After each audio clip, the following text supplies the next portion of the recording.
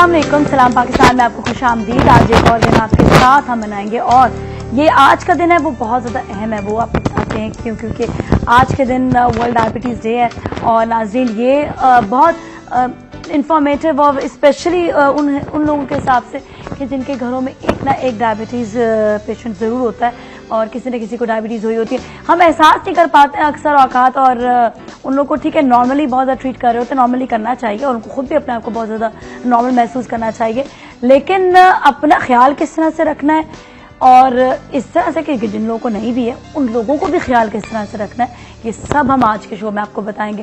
सिर्फ इसी हिसाब से कि इंफॉर्मेशन और आपको मालूमात ज़रूर होनी चाहिए, बल्कि आपको जो बात पता होती है वो आगे आप ज़रूर फॉरवर्ड करें, अपने लोगों को ज़रूर बताएं, अपने दोस्तों को, अपने रिश्तेदारों को, और स्पेशली जिनकी फैमिली में डायबिटीज़ होती है उन लोगों को तो ज़्यादा ख्याल रखना चाहिए। जितना लोग चीनी भर भर के खा रहे होते हैं, टेंशन बहुत ज़्यादा ले रहे होते हैं। देखिए हम सिर्फ ये समझते हैं कि ग़िज़ा से ज़्यादा दिमागी जो है ना प्रॉब्लम्स वो भी बहुत ज़्यादा हो जाती है, जिसकी वजह से कोई ना कोई बीमारी आती रहती है। और डायबिटीज़ एक ऐसी चीज़ है जो ज़्यादातर जो है मीठा खाने से तो होती है, लेकिन उसके अलावा उन लोगों को भी होती है बहुत ज़्यादा टेंशन लेते हैं।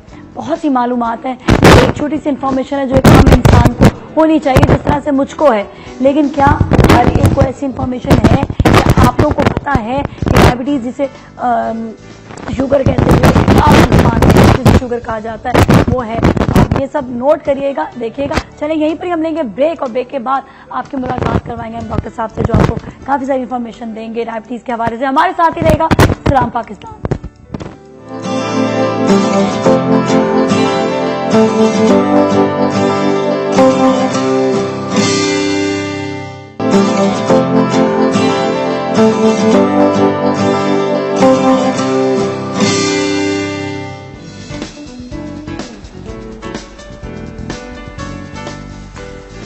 खुशामदीद सलाम पाकिस्तान में। और नाज़रीन आज जैसे आपको पहले बताया कि आज 14 नवंबर है, 14 नवंबर को डायबिटीज़ डे मनाया जाता है। स्पेशली मनाया जाता है लोगों के अवेयरनेस के लिए, इसलिए हमारे शो के ज़रिए भी हम आपको अवेयर करना चाहते हैं कि डायबिटीज़ क्या है, इसकी सिम्टम्स क्या है और ये इसको किस तरह से हैंडल करना चाहिए, किस तरह से अपना ख्याल रखना चाहिए। ये सिर्फ वो जान सकता है जिसको खुद डायबिटीज़ होती है या उसके फैमिली वाले जिसके घर में ऑलरेडी डायबिटिक पेशेंट होता है। तो अब ये सारी मालूमात होना ज़रूरी है, क्योंकि अक्सर औकात हम बहुत सी चीज़ों को इग्नोर कर लेते हैं, बहुत सी चीज़ों को हम कहते हैं बस चल रही है जैसे ज़िंदगी चलने दे, जो हो रहा है होने दे, लेकिन अपना ख्याल रखना ज़रूरी है। अल्लाह ने ये तो नहीं कहा कि अपनी ज़िंदगी जैसे भी आप चलाएं, आपने अपनी ज़िंदगी को अच्छे तरीके से चलाना है। तो हम यहीं पर ही आपकी मुलाकात करवाएंगे। आज हमारे साथ डॉक्टर साहब मौजूद हैं, उस डायबिटीज़ स्पेशलिस्ट, और आपकी मुलाकात करते हैं सैयद मंसूर अली साहब से। अस्सलाम वालेकुम सर, कैसे हैं आप? ठीक ठाक है सर। आज का दिन स्पेशली मनाया जाता है लोगों को अवेयर करने के लिए। आज सर आपको यहाँ पे दावत दी, thank you so much for coming first of all. और शुरुआत हम वहीं से करेंगे कि डायबिटीज़ लोगों को एक तो ये कि है क्या, वैसे तो पता होगा लेकिन चाहेंगे थोड़ा सा आप उनको बता दें ताकि जिन लोगों को नहीं पता उन लोगों को भी मालूम हो जाए। देखिए डायबिटीज़ आज की बीमारी नहीं है, ये हजारों साल से। अगर आप कदीम मिस्र और यमन और यूनान की हिस्ट्री देखें तो वहाँ पे भी इसका किसी न किसी पढ़ाई में जिक्र मिलता है, लेकिन उस वक्त तो इतनी तशखीस नहीं हुई थी। डायबिटीज़ असल में बीमारी मैं नहीं कहूँगा, इंग्लैंड वगैरह में पीपल विद डायबिटीज कहा जाता है। जिस्मानी निज़ाम तनासुब तवाजुन मुतासर हो जाता है, जिसमें वो जो हार्मोन जो इंसुलिन को शुगर को इस्तेमाल करता है, जिसे हम इंसुलिन कहते हैं, उसकी मिकदार कम हो जाती है या उसकी इफेक्टिवनेस कम हो जाती है, जिसकी वजह से खून में शुगर की मिकदार बढ़ जाती है। और ये बढ़ी हुई मिकदार शुगर की जो नॉर्मल लेवल से ज़्यादा होती है जिस्म के लिए नुकसानदा होती है। एक तो जिस्म को तवानाई नहीं मिलती, और अगर शुगर का लेवल नॉर्मल से बढ़ा रहा है तो वो एक समझे कि खून की रगों में बहता हुआ जहर है जो जिस्म के सर से पैर तक हर हिस्से को मुतासिर करता है। तो ये एक एतदाल में ना रहना शुगर का, और इसको हम डायबिटीज कहते हैं। मतलब सिर्फ यही नहीं कि ये इट्सल्फ किसी मतलब जिस तरह शुगर के लेवल को एक तो हाई कर देता है, लेकिन ये कि इसके साथ साथ ये दूसरे अज़ा को भी अफेक्ट करता है। बुनियादी तौर पे 3-4 किस्म की डायबिटीज कराती है, लेकिन दो तीन जो ज्यादा इंपॉर्टेंट है वो ये है टाइप 1 होती है, जिसमें लबलबा किसी वजह से काम करना छोड़ देता है, इंसुलिन की पैदावार कुछ नहीं होती। इब्तदाई तौर पे इब्तदाई स्टेज में इसमें कोई प्रॉब्लम नहीं होता सिवाय इंसुलिन नहीं है। ऐसे अफराद के लिए मेरा मैसेज ये है, इनको शुरू से इंसुलिन दें, अच्छा, कभी भी स्टॉप ना करें। अगर जिस बच्चे को जिस बड़े को टाइप 1 डायबिटीज हुई है उसको शुरू से इंसुलिन दें। इंसुलिन उसकी जिंदगी है, चाहे उसको वॉमिटिंग हो रही है, चाहे कुछ नहीं खा रहा, उसकी डोज घटा दे बढ़ा दें, लेकिन इंसुलिन ना बंद करें। टाइप 2 डायबिटीज जो सबसे ज्यादा मुरवजा किस्म है, हमारे 99% अफराद को टाइप 2 है इस माशरे में, इस इलाके में, जिसमें लबलबा कुछ इंसुलिन तो बनाता है लेकिन जरूरत के लिहाज से नहीं होती। इन अफराद में देखा गया है कि बहुत सारी पेचीदगियां आती हैं। तशखीस के वक्त भी बहुत सारी पेचीदगियां हो चुकी हैं, जिसमें आंखों की भी हो सकती हैं, गुर्दों की भी हो सकती हैं, फालिज के इम्कानात बढ़ जाते हैं, दिल के दौरे के इम्कानात बढ़ जाते हैं, खून में चिकनाई बढ़ जाती है, जो डाइजेस्टिव सिस्टम है वो मैदे का वो मुतासर हो जाता है, पैरों में मसाइल आ सकते हैं। अच्छा। यानी काफी डिटेल है, मेरे ख्याल में वक्त की तंगी की वजह से हर एक पे नहीं जा सकते हम, लेकिन ये इंग्लैंड में एक स्टडी हुई थी। इंग्लैंड में आप जानते हैं बहुत बेहतरीन है उसका हेल्थ सिस्टम है। वहां पे देखा गया कि डायग्नोसिस के वक्त 50% अफराद को पेचीदगियां थी, कॉम्प्लिकेशंस थी। ओके, और ये कॉम्प्लिकेशंस डायबिटीज की वजह से थी? बेसिकली डायबिटीज जी। बल्कि अगर डायबिटीज होने से पहले जो प्री डायबिटीज स्टेज होती है उसी में कॉम्प्लिकेशन आने लगती है। जी। अच्छा जी। अच्छा, ये एक तो ये आपने बताया टाइप 1 है, टाइप 2 है, इसके सिम्टम्स क्या होंगे कि कैसे पता चलेगा कि इसको ये है बीमारी या इसको ये डायबिटीज का प्रॉब्लम हो गया अभी? देखिए, टाइप 1 में तो बहुत एक्यूट सिम्टम्स होते हैं, वो जो हम क्लासिकल बुक्स में पढ़ते हैं ना, जो 10-20 साल 25 साल से हम पढ़ते आ रहे हैं, बार बार यूरिन आना, वेट कम होना, सर चक्कर आना, जबान खुश्क होना, बहुत भूख लगना, ये टाइप 1 में होते हैं और ये बहुत शॉर्ट पीरियड में होते हैं। यानी आदमी कहता है कि मैं 1-8 महीने पहले बिल्कुल ठीक था, 1 महीने में मैं आधा हो गया हूँ। ठीक है, ये अमूमन ये बच्चों में होती है, लेकिन बड़ी उम्र के अफराद में भी हो सकती है। अच्छा, और बच्चे कितने छोटे बच्चे होंगे? देखिए, किसी भी उम्र में हो सकती है, कोई उम्र इम्यून नहीं है, लेकिन टाइप 1 में आमतौर पर पीक होती है 10, 12, 16 साल की उम्र में होती है। अच्छा, ये लेकिन 5 साल से कम उम्र में कम होती है, अराउंड 2.5% टाइप 1 होती है। लेकिन पीक इसमें होती है, लेकिन आपको 40-60 ईयर्स की एज में भी टाइप 1 मिल सकती है। यानी ये नहीं है कोई इम्यून है, लेकिन ज्यादातर 15-16 साल 10 साल की उम्र के लोगों को होती है। टाइप 1 का तनासुब पाकिस्तान में हर 1 लाख में 1.02 है, यानी अगर 1 लाख अफराद हैं तो 1.02 अफराद को टाइप 1 होगी, यानी काफी कम है। लेकिन टाइप 2 जो हमारे यहाँ बहुत ज्यादा है, जो तकरीबन इस वक्त अगर हम कहें तो अगर 70 लाख अफराद को टाइप 2 है तकरीबन पाकिस्तान में, और यही रुझान बरकरार रहा तो खदशा ये है कि 2025 में 1 करोड़ 15 लाख को हो जाएगी और 2030 में ये हो जाएगी 14 करोड़ अफराद को।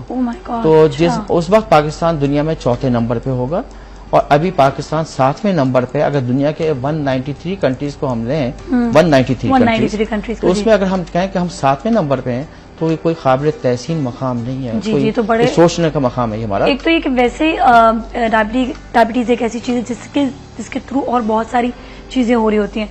सबसे पहले इंसान को काफी सारे प्रॉब्लम्स उसके ज़हनी तौर से भी आता है कि उसको ज़ाहिर बात है एक चीज़ नहीं खानी है और उसको मना किया जा रहा है, तो सबसे ज़्यादा उसको ज़हनी तौर से वो उस चीज़ से 2-4 भी होता है। दूसरी चीज़ ये कि एक तो आपने बताया कि इसकी टाइप्स हैं, दूसरा ये कि इसके सिम्टम्स, लेकिन इससे बचाव, मतलब ये कहते हैं ना कि इससे बचाव किस आगे जाए, ये और होती क्यों है? देखिए, एक बात ये है कि टाइप 1 क्यों होती है, इस पे अभी तक हम कंट्रोल नहीं कर सकते। सही है। ये जिस्म का अंदरूनी निज़ाम होता है। टाइप 2 में ये होती है एक तो वालिदैन को, तो औलाद में होने का, वो इनहेरिटेड होगी, बहुत होता है। ठीक है। अच्छा, या इसको किसी को ब्लड प्रेशर रहता है, किसी को ओवरवेट है, किसी का लाइफ स्टाइल बहुत सेडेंटरी है, चलता फिरता नहीं, काम नहीं करता। बेसिकली इसमें तर्ज जिंदगी का बहुत बड़ा रोल है। लेकिन एक और अहम मैसेज मैं देना चाहूंगा आज के प्रोग्राम के मुनासिबत की वजह से, क्योंकि हमने बहुत सारी बातें की होती हैं, लेकिन एक बहुत आम फैक्टर हमारे माशरे में है, अगर बच्चा अंडरवेट होता है, अंडरवेट, ठीक है, पैदाइश के वक्त, तो उस बच्चे में बाद में डायबिटीज होने के इम्कान बहुत ज्यादा हो जाते हैं। वो क्यों?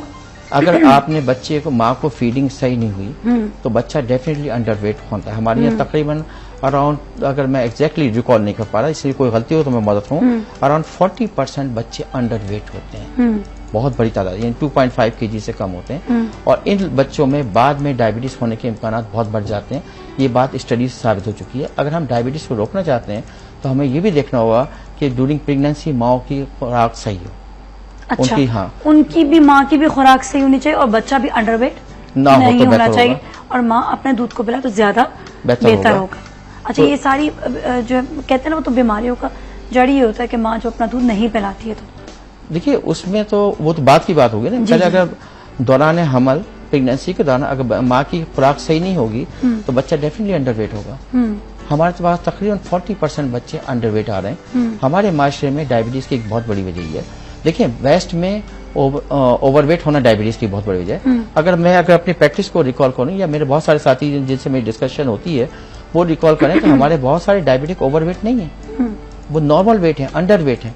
हमारे ये प्रॉब्लम भी आ रहा है। जैसे बांग्लादेश में क्या हो रहा है, वहां पे जो लबलबा है उसमें कैल्शियम आ जाती है, उसकी वेस्ट हो रहा है। तो मुख्तलिफ ममालिक में मुख्तलिफ चीजें आती है। यकीन मैं ये नहीं कहूंगा कि यही एक है, एक जनरली तो है ही फैक्टर है, हाँ। लेकिन कुछ ममालिक में कुछ खास चीजें भी इसमें रोल प्ले कर रही होती हैं, हमें उसको भी कंसीडर करना होता है।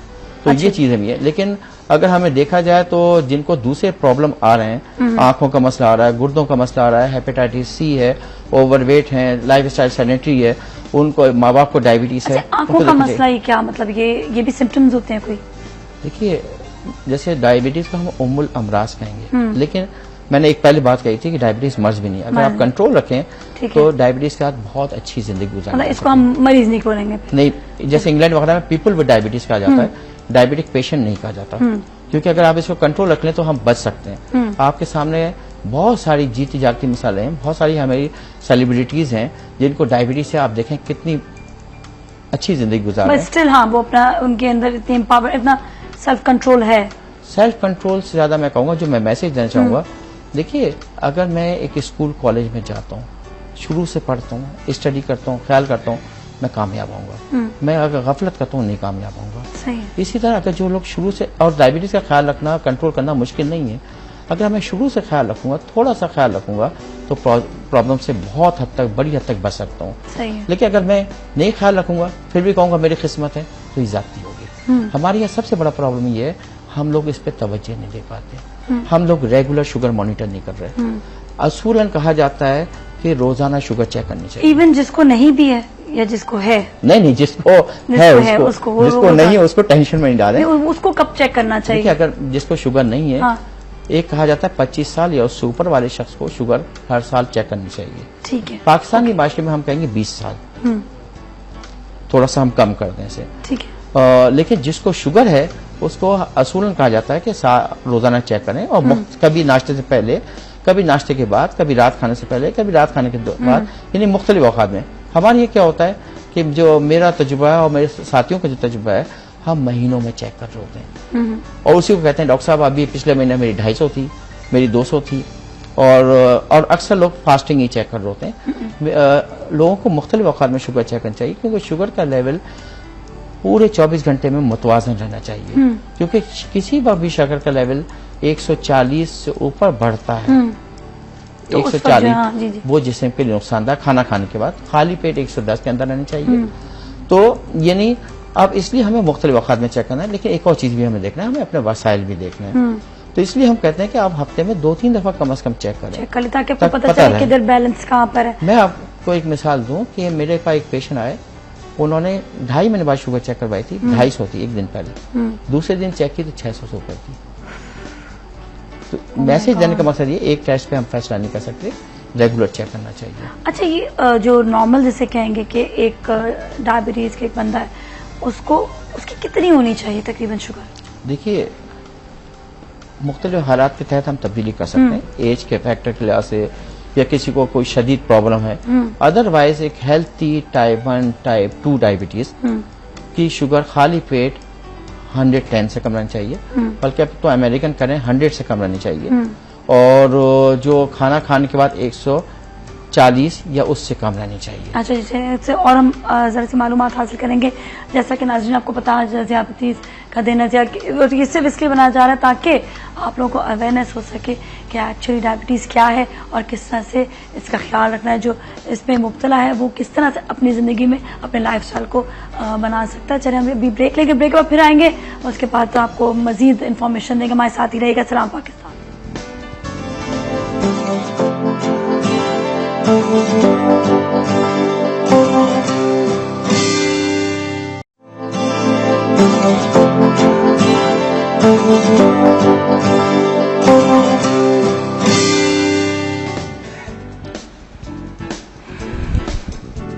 खुशामदीद सलाम पाकिस्तान में। और नाज़रीन, आज ज़ियाबतीज़ का दिन मनाया जा रहा है और वो सिर्फ इसलिए मनाया जा रहा है ताकि आपको अवेयरनेस मिले। कई लोग डायबिटीज़ में मुब्तला होते हैं और घर पे आम लोग हैं, कोई ऐसी बात नहीं होती कि कोई उनमें बहुत ज़्यादा डिफरेंस आ जाता है, लेकिन ये कि कुछ चीज़ों का ख्याल रखना ज़रूरी है। तो उस ख्याल के बारे में बताएंगे, लेकिन सिर्फ ये ख्याल वो शख्स जो खुद ज़ियाबतीज़ में मुब्तला, सिर्फ उसको नहीं बल्कि वो लोग भी जो उसके साथ मौजूद है वो लोग भी ख्याल रखें। कुछ सवाल डॉक्टर साहब और आ रहे हैं मेरे जहन में, स्पेशली इस हवाले से कि खुराक क्या होनी चाहिए, इसके अलावा ये किन किन चीज़ों की एहतियात रखनी चाहिए, और दूसरा ये कि जिस तरह आपने बताया था कि ये डायबिटीज से सिर्फ एक ये नहीं कि डायबिटीज खुद होती है, इससे और भी बीमारी हो सकती है, किडनी का प्रॉब्लम हो सकता है, हार्ट का हो सकता है, और कौन कौन सी ऐसी चीजें हैं जो डायबिटीज के बाद हो सकती हैं।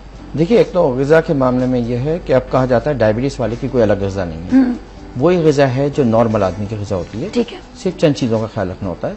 एक तो मीठे का अवॉइड करना होता है, मीठे का तो आम इंसान को मेरे ख्याल में अवॉइड करना चाहिए, क्योंकि वैसे देखिए मैं बेसिकली डाइटिशियन नहीं हूँ, न्यूट्रिशनिस्ट ज्यादा बेहतर बताते हैं जी जी, लेकिन चंद आइडियाज दे देता हूँ इसमें।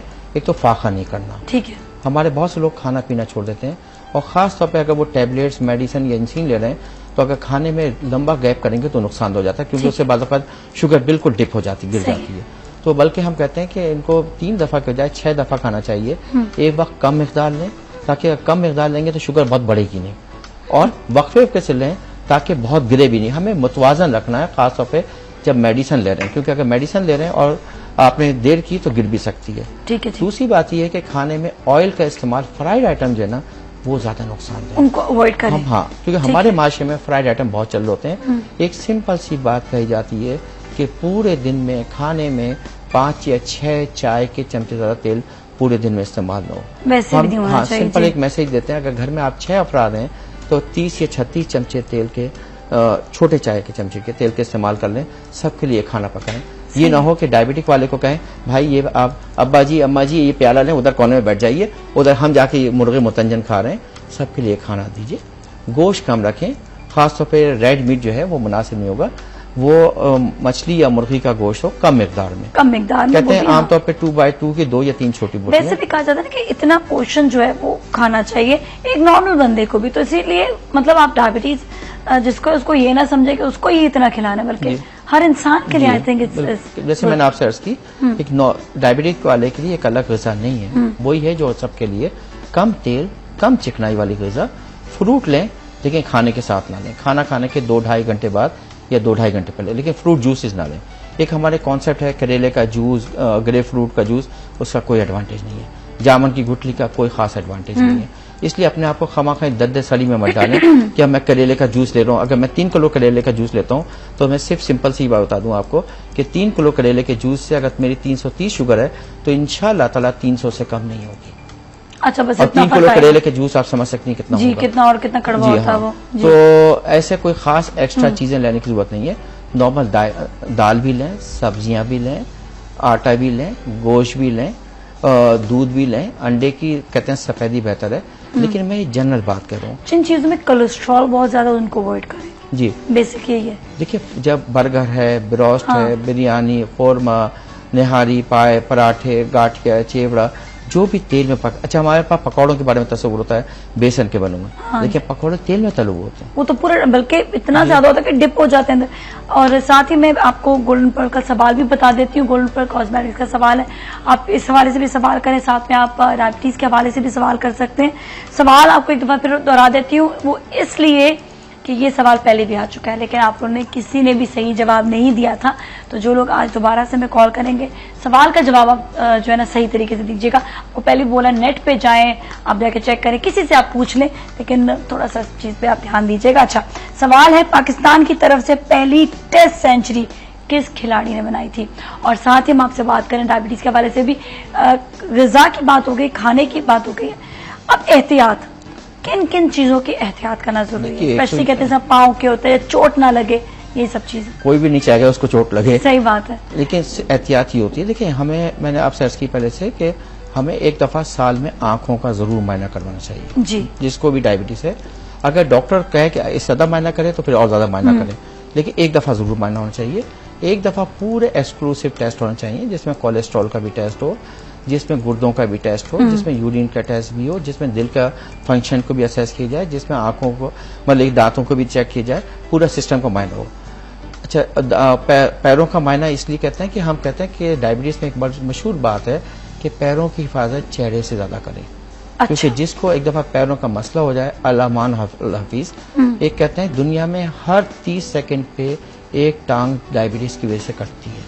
ओके, ये सिर्फ पैरों का ख्याल ना रखने की वजह जी से। हाँ, 10 लाख टांगे साल में कट रही हैं बिकॉज ऑफ डायबिटीज। 10 लाख टांगे। That is very sad. जी हाँ, और पाकिस्तान में भी कोई कम नहीं है। इस वक्त कहते हैं कि तकरीबन 4.5 लाख अफराद को डायबिटीज की वजह से पैरों के मसले हैं। लेकिन उसके से टांग कटने के बाद जो है वो सिवियर मसला आ जाता है। देखिए, टांग कटने के बाद तो सीवियर मसला होता है। टांग कटने के दौरानिया भी बहुत तकलीफ होता है। उसका इलाज बांझा बहुत महंगा होता है। अमेरिका, यूएसए वगैरह में तो 27,000 से लेकर $40,000 से ऊपर इसके ऊपर खर्चा आता है। फिर रिहेबिलिटेशन जो है वो अलग मसला होता है। हमारे यहाँ सपोर्टिव सर्विसेज भी नहीं है। बिल्कुल जी सर, हमें आफ्टर कट क्योंकि हमारे यहाँ पे कॉलर भी है और सऊदीया से उन्होंने कॉल किया। लो जी, अस्सलाम वालेकुम। जी सर, आपका सवाल हमारे आज के टॉपिक के हवाले से। जी सर, मैं यार करना चाहता था कि ये शुगर के बारे में अगर कोई बंदा भारत से कोई इलाज कराना चाहता है तो इसका ऐसा कोई इलाज है कि ये मुकम्मल कम्प्लीटली खत्म हो जाए, या ऐसा कोई इसका कोई ऑप्शन है? अच्छा जी, सही है, चलिए ठीक है, आपको आपके सवाल का जवाब देंगे। सर, आपने सुना कि वो कह रहे हैं कि इसका कोई मुकम्मल इलाज है।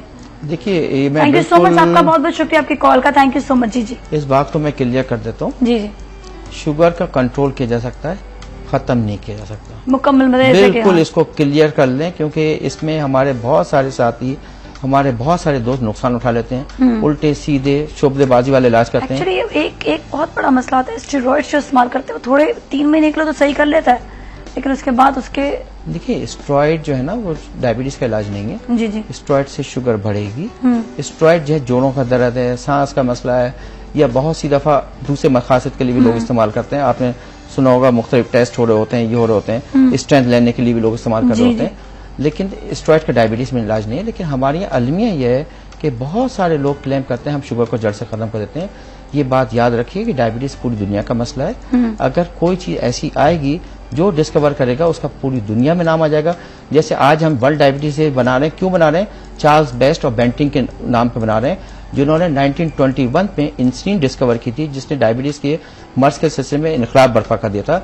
तो मैं आपको यकीन से कह सकता हूँ, गारंटी से कह सकता हूँ, जो शख्स डायबिटीज के बारे में ऐसा इलाज दरियाफ्त कर लेगा जिससे जड़ से खत्म हो जाए, उसका पूरी दुनिया में नाम होगा। इसी तरह ही आएगा वर्ल्ड डायबिटीज डे में, उसको बल्कि इन्फॉर्मेशन आपको मिलेगी। हमारे साथ अनीला है कराची से, उनसे बात करते हैं। अस्सलाम वालेकुम। वालेकुम अस्सलाम, क्या हाल है आपकी नाज़िया? बिल्कुल जी ठीक ठाक है। अनीला, आपका सवाल। सबसे पहले मैं आपको सवाल का जवाब देना चाहूंगी। हनीफ मोहम्मद है। ठीक है जी, सही है, बिल्कुल सही और है। मैं डॉक्टर साहब से ये पूछना चाहूंगी कि ये डायबिटीज से हम बचने के लिए क्या कर सकते हैं, क्योंकि टेंशन तो हर इंसान को होती है और ये मर्ज टेंशन से ही होता है। ठीक है, तो हम इससे बचने के लिए क्या एहतियात कर सकते हैं, क्योंकि मीठा भी हम कम खाते हैं और दूसरी एहतियात तो करते हैं, लेकिन मेन एहतियात हमें क्या करनी चाहिए कि हमें आगे जाके ये मर्ज ना ला। प्लीज सही। अब टेंशन को किस तरह से दूर किया जाए, बिल्कुल सही आपका सवाल, अभी जवाब पूछते हैं। ठीक है, थैंक यू सो मच। देखिए, जी, जी। टेंशन का एक बड़ा रोल होता है, लेकिन टेंशन को सोल कॉज नहीं कह सकते। ठीक है, वैसे क्या एक तो आपने बताया था ना कि इनहेरिटेंस तो होती है। देखिए, अगर टेंशन ही खाली वजह होती तो मौत के साथ जो फांसी घाट में होते हैं, हर उस शख्स को डायबिटीज होती है। सही है, ठीक है, ठीक है। लेकिन टेंशन जिसके अंदर पहले से डायबिटीज होने की टेंडेंसी हो, उसको मेजर टेंशन कोई हो जाए, मेजर स्ट्रेस हो जाए, तो उसको जल्दी डायबिटीज हो जाएगी। ठीक है। इसमें फैमिली टेंडेंसी आती है। और जैसे अगर एक पेरेंट को हो तो औलाद में होने का इम्कान 30 to 40% होता है। अच्छा, लोग ये कहते हैं कि माँ को हो तो ज्यादा इम्कान होते, क्या ये सही बात है? देखिए, टाइप 2 में अलग वो है पैमाना, टाइप 1 में अलग पैमाना है। जी जी। टाइप 2 में अगर किसी माँ या बाप किसी को भी हो तो एक फर्द को तो 30 to 40% इम्कान होता है।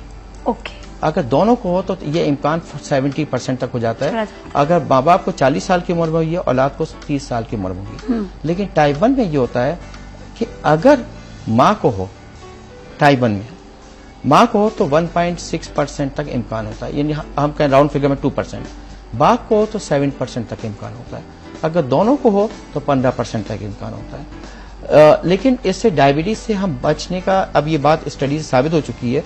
और ये साल जो वर्ल्ड डायबिटीज से बनाया जा रहा है, ये अवेयरनेस के लिए बनाया जा रहा है, प्रिवेंशन के लिए बनाया जा रहा है। ये बात अब तहकीकात से साबित हो चुकी है। अगर लाइफ स्टाइल में तब्दीली लाया जाए, वॉक की जाए और डाइट को कंट्रोल रखा जाए तो 58% तक रिडक्शन हो जाती है डायबिटीज होने में, बगैर किसी मेडिसिन के। कोई मेडिसिन इस्तेमाल किए बगैर आप लाइफ स्टाइल में हम रोजाना आधे घंटे 40 मिनट की वॉकिंग करें और डाइट में कंट्रोल करें तो 58% तक कंट्रोल बच सकते हैं। कोई ऐसा जी, तो ये है।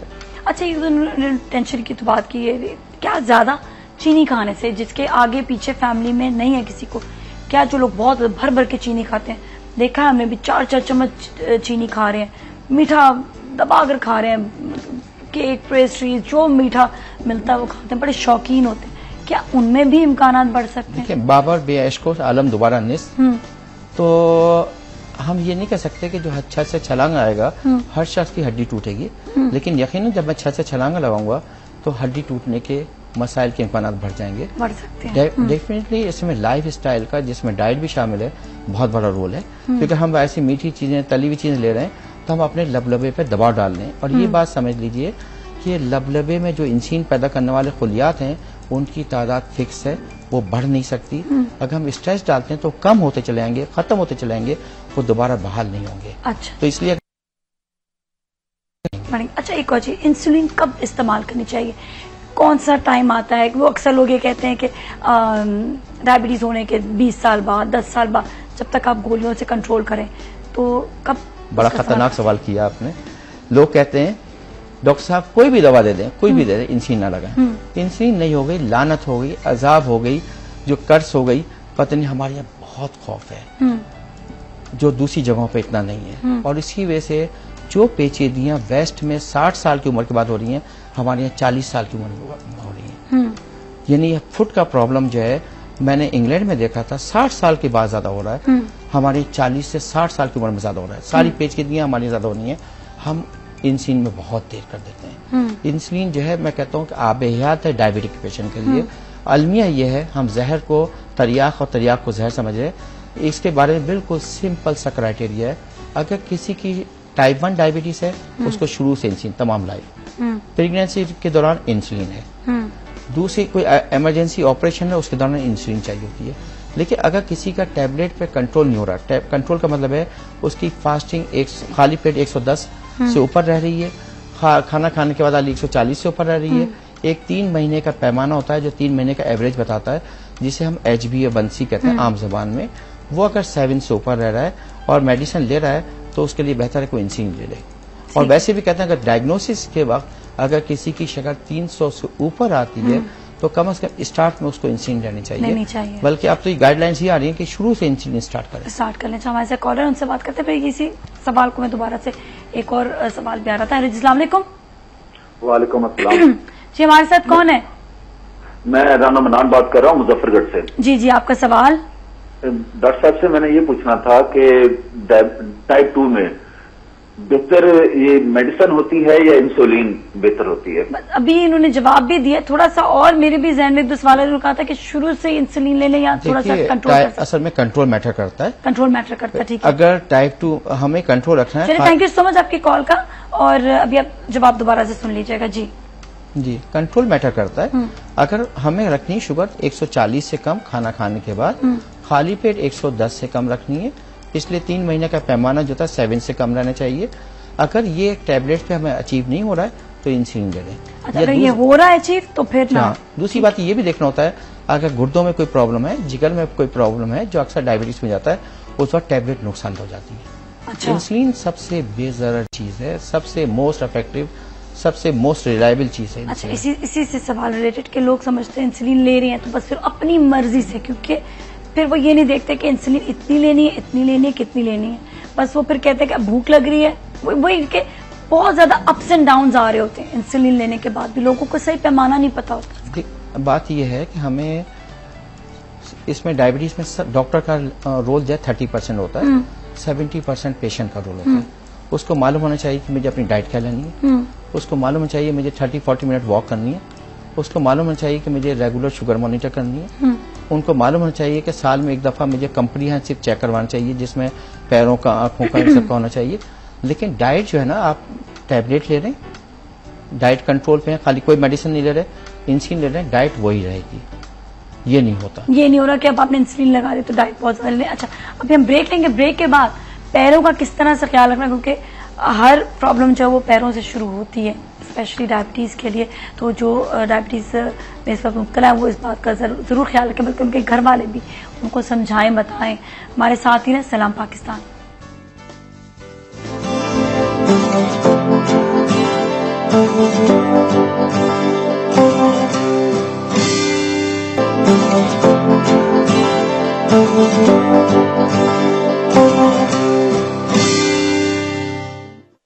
एक मोहतात अंदाजे के मुताबिक इस वक्त पाकिस्तान में तकरीबन 71 लाख अफराद ज़ियाबतीस में मुब्तला हैं। माहिरीन तिब के मुताबिक मुर्रखन ग़िज़ाओं का कसरत से इस्तेमाल, मोटापा, बदपरहेजी और वर्जिश को मामूल न बनाना इस मर्ज के लाहक होने की बुनियादी वजूहात हैं। हम लाइफ स्टाइल को चेंज करें अपनी। सबसे पहले तो वजन कंट्रोल करें, फिर डेली एक्सरसाइज करें। मैं तो कहता हूँ 20 मिनट डेली एक्सरसाइज किया जाए तो बहुत है। और जो भी खाएं सोच समझ के खाएं। अब आप कम खाएंगे मगर फ्राई चीजें खाएंगे, बर्गर खाएंगे तो वो तो उल्टा ही नुकसान होगा। तो न सिर्फ कम खाएं बल्कि सोच समझ के खाएं, हेल्दी फूड खाएं। माहिरीन के मुताबिक रोजमर्रा जिंदगी में मतवाज़िन ग़िज़ा के इस्तेमाल और वर्जिश को मामूल बनाकर इस मर्ज से बचाव मुमकिन है। डायबिटीज पेशेंट्स के लिए सबसे पहले जो परहेज हो जाता है वो है मीठे मिठाई का। मीठे मशरूबात हो जाते हैं, जूसीज हो जाते हैं, मैदे से बनी चीजें हो जाती हैं, बेकरी के आइटम्स हो जाते हैं, तली हुई अशिया हो जाती हैं।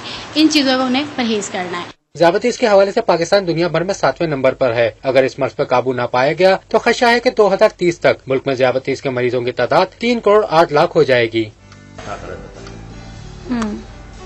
खुश आमदीद सलाम पाकिस्तान में। और भी आपने पैकेज भी देखा, हमने यही वाली बात पहले आपको बताई कि स्पेशली जो खाने पीने का ख्याल जरूरी है कि खाने पीने का रखें। इसके अलावा ये कि फैमिली इनहेरिटेंस भी होती है जिसकी वजह से ज़ियाबतीस हो सकती है।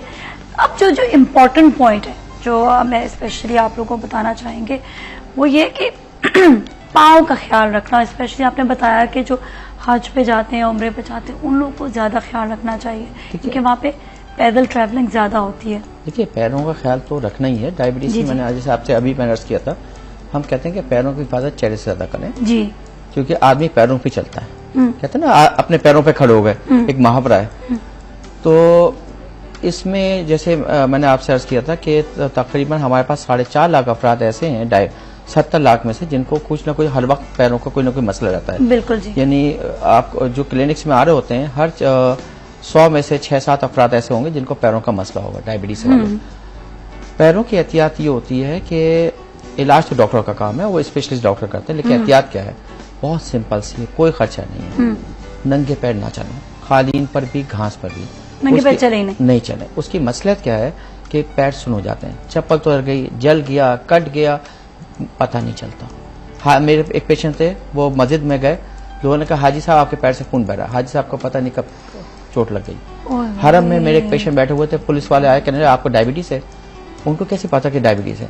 उस वक्त 50 डिग्री सेंटीग्रेड टेम्परेचर था और वो अल्लाह के नेक बंदा आराम से बैठा हुआ था। और इसलिए कि पैर सुन है, कारवां के दिल से एहसास दिया जाता रहा, उनको पता नहीं चलता। मेरे इस फर्श पे कोई कील काटा है, मैं नंगे पैर चल रहा हूँ तो कोई चुप सकता है, इसलिए नंगे पैर कभी नहीं चलना है, कालीन घास कहीं भी नहीं। अच्छा, पाँव जो है वो सुन हो जाते हैं, इसकी वजह से चोट लग जाए तो पता नहीं चलता। हमारे साथ कॉलर भी उनसे बात करते हैं। नसरीन है, अस्सलाम वालेकुम नसरीन। वालेकुम सलाम जी नसरीन, कैसी हैं आप? ठीक ठाक? ठीक ठाक, अल्लाह का करम, शुक्र है अल्लाह का। सवाल आप करेंगे और सवाल का जवाब भी देना पसंद करेंगे? हाँ, सवाल मैंने अभी किया है। मेरे हस्बैंड है तो उन्हें डायबिटीज है, तो उनके बारे में पूछना था कि वो इंसुलिन ले रहे हैं, इसके साथ इसका जो वीकनेस है, क्या वो ताकत की कोई गोली वगैरह खा सकते हैं या खुराक ऐसी कोई बताएं कि मतलब क्या परहेज करना है और क्या उन्हें खाना चाहिए? ठीक है, चलिए सही है, ठीक है, अभी आपको बताते हैं। Thank you so much for calling. आप सर कुछ सवाल करेंगे इनसे या नहीं? देखिए, ऐसे में जो है thank you so much for insulin ले रहे हैं ना, बिल्कुल सही कहा, लेकिन इंसुलिन के साथ शुगर का प्रॉपर कंट्रोल जरूरी है। गिजा के बारे में मैं बात कर चुका हूँ, फ्रूट, सब्जियां, दालें, ये सब लें। विटामिन ले सकते हैं? विटामिन से हमारे पास एक तस्वुर है, असूलन विटामिन का इतना ज्यादा रोल है नहीं, लेकिन हमारी ताकत की गोलियां एक आम तस्वुर है कि विटामिन ले रहे हैं, हम समझते हैं उससे ताकत आ लेना चाहिए, ले लें, मैं मना नहीं करूंगा, क्योंकि नफ्सियाती तौर पर इससे सेटिस्फेक्शन मिल जाएगी उनको। और लेकिन फ्रूट, दूध, सब्जियां ये जरूर लेनी चाहिए। और शुगर को कंट्रोल रखना चाहिए, उसी से इनकी वीकनेस कम होगी। अच्छा, यूजली ये होता है कि जिस तरह इंसुलिन ले रहे हैं तो लोग ये कहते हैं कि जिस खाने में भी शुगर होती है, अगर आप कोई फ्रूट खा रहे हैं उसमें भी शुगर मिलेगी तो वो उसको बैलेंस कर देगा जो इंसुलिन ले रहे हैं वो। देखिए, बात यह है कि हम सूखी रोटी भी लेंगे उसमें भी शुगर होगी, लेकिन हमें मुनासिब शुगर लेनी है, मुनासिब फॉर्म में लेनी, कम्प्लेक्स कार्बोहाइड्रेट लेने। फ्रूट बहुत जरूरी है। जो हम विटामिन की बात कर रहे होते हैं, ताकत की बात करते हैं, जो फ्रूट से एक मिलती है हमें ताकत, लेकिन जो चीज होती है कंडेंस सिंपल कार्बोहाइड्रेट, जैसे एक पेप्सी की बोतल में तकरीबन 9 चमचे चीनी के होते हैं। बिल्कुल जी, ठीक है। तो हमें ऐसी चीजें उससे अवॉइड करना है जिससे शुगर बहुत तेजी से बढ़ जाए, लेकिन जो जिस्म के लिए जरूरी है वो लेना है, क्योंकि देखिए शुगर जो है ना हमारे जिस्म का पेट्रोल है, तवानाई है। अगर शुगर के बगैर हम चल नहीं सकते। जो हाइपोग्लाइसीमिया हम एक मेडिकल टर्म इस्तेमाल करते हैं, यानी शुगर बिल्कुल गिर जाना, जिसमें आदमी बेहोश भी हो सकता है, कोमा में भी जा सकता है। तो शुगर जिस्म के लिए जरूरी है, लेकिन उसको मुतवाजन रखना है, एतदाल में रखना है। उसके लिए हमें एक ऐसी ग़िज़ा लेनी है जो मुतवाजन रखे। अच्छा, डायबिटीज जिसको है वो ये बताएं कि वो अचानक से उसका शुगर लेवल लो हो जाता है तो वो क्या करे? अचानक से फिर वो भर भर के चीनी खाना शुरू कर देते हैं या फिर कोई ऐसी ग़िज़ा खाते हैं, सब मिठाई वगैरह होगी कि एकदम से अप हो जाए, तो उनको अचानक से अगर लो हो तो क्या खाना चाहिए? एक सबसे बड़ी हिंड्रेंस, सबसे बड़ी रुकावट अच्छा कंट्रोल हासिल करने में लो ब्लड शुगर होना है। क्योंकि हम जितनी शुगर को कंट्रोल करते हैं अच्छा, उतनी शुगर लो होने लगती है और ये बार बार फिर लो शुगर के इंसिडेंस होने लगते हैं। इसके लिए जैसे मैंने आपसे पहले बात की थी कि थोड़ा खाएं, वक्फे पे से खाएं। एक वक्त में मैं कम खाऊंगा तो उससे क्या होगा कि मेरी शुगर बहुत बढ़ेगी नहीं, क्योंकि अगर मैं मेरा लबरबा कमजोर है, मैं ज्यादा ले रहा हूँ तो यकीनन उसको कोप नहीं कर सकेगा, मेरी शुगर बढ़ जाएगी। और वक्फे पे से खाऊं, हम कहते हैं 3 दफा के बजाय 6 दफा खाना खाएं। खास तौर पे वो लोग जो इंसुलिन ले रहे हैं, खास तौर पे वो लोग जो टैबलेट जैसे सल्फोनाइल यूरिया कहते हैं, जिसमें जैसे हमारे पास एमिरिल, गैट्रिल, डाउनिल, डाइमाकोन जैसी दवा हैं, वो ले रहे हैं, उनके लिए जरूरी है कि आप हर दिन में 6 दफा खाना खाएं। यानी उस खाना बढ़ाना नहीं है, खाने को फैला देना है, उससे इम्कान कम हो जाएंगे। लेकिन अगर शक्कर कम होती है, जिसकी अलामतें मैं बता देता हूँ, बहुत जरूरी है।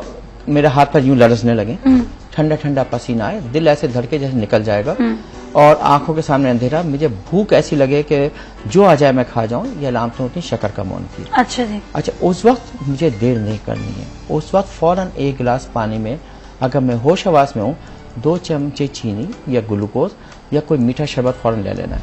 बाज़ औक़ात हम मुगालते में होते हैं कि मेरी शुगर हो सकता है ज्यादा है, हो सकता है मेरी शुगर कम है, मैं ना लूं, या बाज़ औक़ात सोचते हैं कि हम 10-15 मिनट बाद हम घर पहुंच जाएंगे तो वहां पे या हो जाएगा, उस वक्त ले लेंगे, चेक कर लेंगे।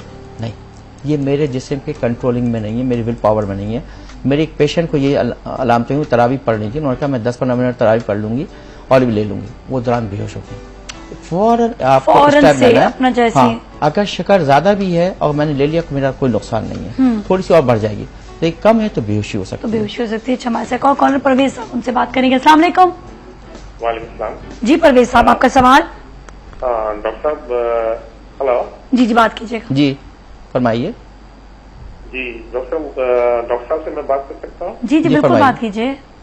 डॉक्टर साहब, मेरे पैर के फीट के निचले हिस्से में जो है ना वो चोट है। मैं डायबिटिक पेशेंट हूँ। मुझे ऐसा लगता है जैसे पंजे के नीचले हिस्से में जो है ना जो चोट महसूस होता है, और चलते हैं तो बिल्कुल ऐसा लगता है जैसे वो कोई पैर में कोई चीज है जो गंदगी है या कुछ है, लेकिन बिल्कुल ऐसा जब पैर बिल्कुल साफ सुथरा है, कुछ नहीं है, लेकिन समझ में नहीं आता मसला क्या है जी, और तकलीफ होती है पंजे में। देखिए, ये जो आप फरमा रहे हैं, thank you so much for calling Parvez sahab, बहुत शुक्रिया। परवेज साहब, ये आपने बहुत अहम चीज की तरफ तवज्जो मुबज़्ज़ल करवाई, क्योंकि ये आपका ही मसला नहीं है, ये सब लोगों का मसला है, बहुत सारे डायबिटीज वाले पेशेंट का मसला है। हम इसे कहते हैं डायबिटिक न्यूरोपैथी, ऐसा भी रगे मुतासर होना। यानी मुझे जख्म भी नहीं है, मेरे पैर में अभी कोई ऐसा फॉल्ट भी नहीं आया है, लेकिन मुझे बाज़ औक़ात लगता है मेरे जलन लगती है, खौलन लगती है कि मुझे सर्दियों में भी मैं पैर रजाई से बाहर निकाल के रखता हूँ, और बाज़ औक़ात लगता है मैं वो जो इंसेक्ट्स मेरे पैर के नीचे हैं, बाज़ औक़ात लगता है मैं रेत पे चल रहा हूँ, बाज़ औक़ात झंझनाहट लग रही होती है, बाज़ औक़ात मतलब अजीब व गरीब सेंसेशन हो रही होती हैं। ये असल में असाबी रगें जो डायबिटीज की वजह से जो मुतासिर हो जाती हैं, उसकी वजह से होता है। यानी लेकिन ये चीज होती है चंद साल तक चलती है, उसके बाद पैर आस्ते आस्ते सुन्न होने शुरू हो जाते हैं। इसके लिए हम कहते हैं कि हम पैरों की एहतियात करें। नंगे पैर, जैसे मैं आपसे कह रहा था, नंगे पैर ना चलें, कालीन घास पर भी नहीं, गर्म पानी से पैर ना धोएं। गर्म पानी, गर्म चीज पैर के लिए जहर है। खासतौर पे वो अफराद, हमारे दोस्त जो नॉर्थन एरियाज में, शुमाली एरिया में रह रहे हैं, जहाँ पे सर्दी की अब लहर आ गई है, उनसे मैं कहूंगा कि हीटर की तरफ पैर करके कभी मत सोएं। नहीं, ओके। क्योंकि पैर सुन्न होते हैं। जब हमें पता नहीं चलता पानी का टेम्परेचर या गर्मी कितनी है, उससे बाद ब्लिस्टर हो जाते हैं, छाले पड़ जाते हैं, जख्म हो जाते हैं। तो गर्म पानी, गर्म चीज, सिकाई पैर के लिए जहर है। पैर हमेशा धोए गर्मी में सादे पानी से, सर्दियों में नीम गर्म पानी से। और बेहतर है पानी का टेम्परेचर कोई और चेक कर ले, क्योंकि मेरा पैर सुन्न है, मुझे पता भी नहीं चलेगा पानी कैसा है और मैं नुकसान पहुंचा दूंगा। लेकिन अगर कभी कोई नहीं है तो कौनी से चेक कर लें। पैर धोने के बाद उंगलियों के बीच का हिस्सा खुश्क कर लें, क्योंकि ये नम रहता है तो फफूंदी लग जाती है, हो जाती है। नाखून, अक्सर लोग मैंने देखा है नाखून गहरे काटते हैं, जिससे जख्म हो जाता है। नाखून गहरे नहीं काटने, कौनों को फाइल कर लें, क्योंकि हम कौनों को गहरे काटते हैं तो इनग्रोइंग हो जाते हैं। ठीक है। खाल कभी नोचे नहीं। बाज़ औक़ात ये होता है कि मैं जख्म होता खाल नोच लेता हूँ, उससे जख्म बन जाता है। और एक और बहुत अहम वजह जो है, एक और अहम वजह जो वो है नामुनासिब जूता चप्पल। तो आगे से चौड़ा हो, हाँ जी, कुशादा हो, पेशाबरी टाइप, खुद से टाइप ना हो, बहुत ज्यादा हील वाला ना हो। और नया जूता चप्पल शुरू में 1.5-2 घंटे ज्यादा ना पहने। और शुरू में जब खरीदें तो शाम के वक्त खरीदें। सुबह पैर सुखड़ा होता है, शाम को मेरा पैर खुला होता है। अगर मैंने सुबह खरीदा तो हो सकता है मेरी आराम दो, शाम को तंग हो जाएगा। Okay sir, thank you so much. बिल्कुल खत्म हो रहा था, हालांकि बातें हुई है कि कम रह जाती, लोगों के सवाल बहुत सारे थे, लेकिन sir thank you so much. जितनी इन्फॉर्मेशन लोगों को मिली इंशाल्लाह ताला उसको जरूर फॉलो करेंगे। आपका बहुत बहुत शुक्रिया। इसके साथ ही अगले सेगमेंट में चलते हैं, हमारे साथ ही रहेगा सलाम पाकिस्तान।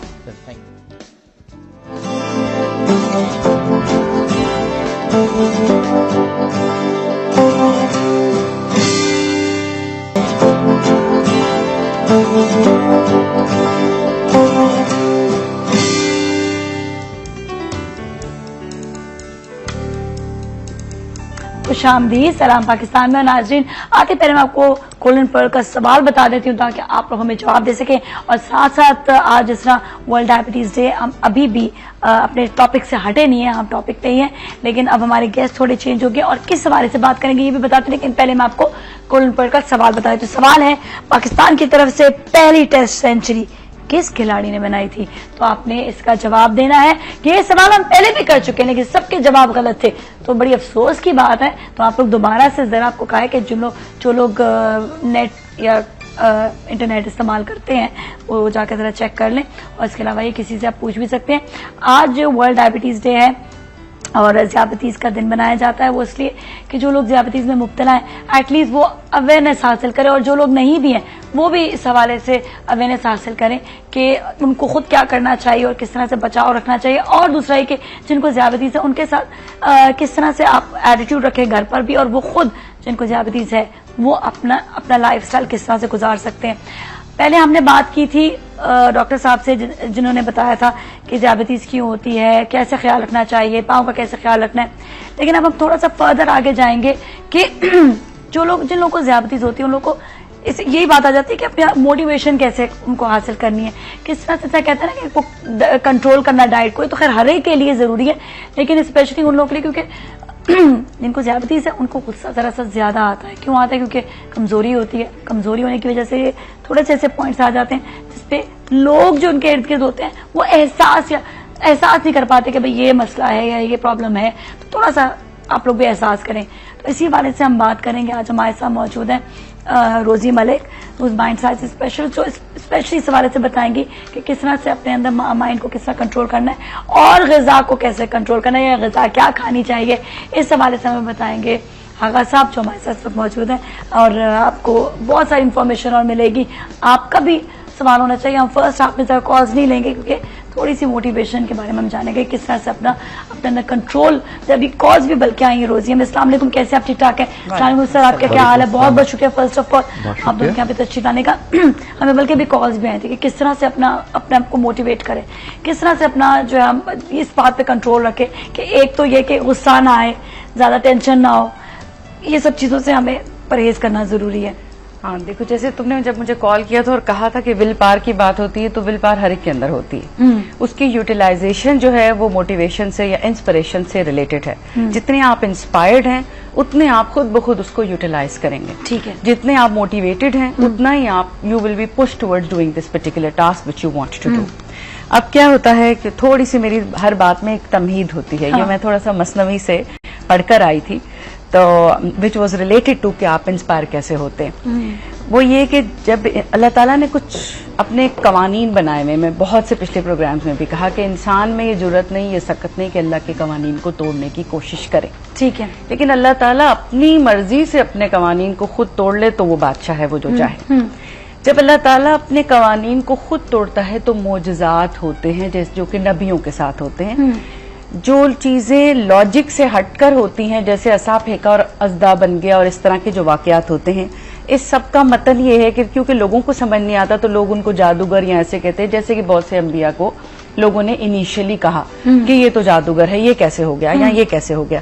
इसकी वजह ये होती है कि इंसान इनिशियली जो है वो लॉजिक से हटके चीजों को नहीं समझ सकता। ठीक है। और वो एक्सेप्ट नहीं करता, मेंटली उसको एक्सेप्ट नहीं करता, क्योंकि वो अगेंस्ट गॉड्स प्रिंसिपल्स होता है। ठीक है। अब अल्लाह ताला के जो प्रिंसिपल्स हैं उसके सर्टन एक principle, one of the principle is कि हर काम का कोई रीजन होता है और वो सबब पैदा करता है। वो सबब पैदा करता है और हम उस काम में लग जाते हैं। इस तरह आपके हर काम के लिए कोई ना कोई रीजन होता है। अब रीजन जो है वो ऐसी चीज है कि जैसे मेरे लिए फर्क होगी, तुम्हारे लिए फर्क होगी। जैसे कि कुछ लोग सेल्फ सेंटर्ड होते हैं, वो हर काम सिर्फ अपने लिए करते हैं, कुछ लोग कलेक्टिविस्ट होते हैं, वो इज्तमाई बेनिफिट के लिए काम करते हैं।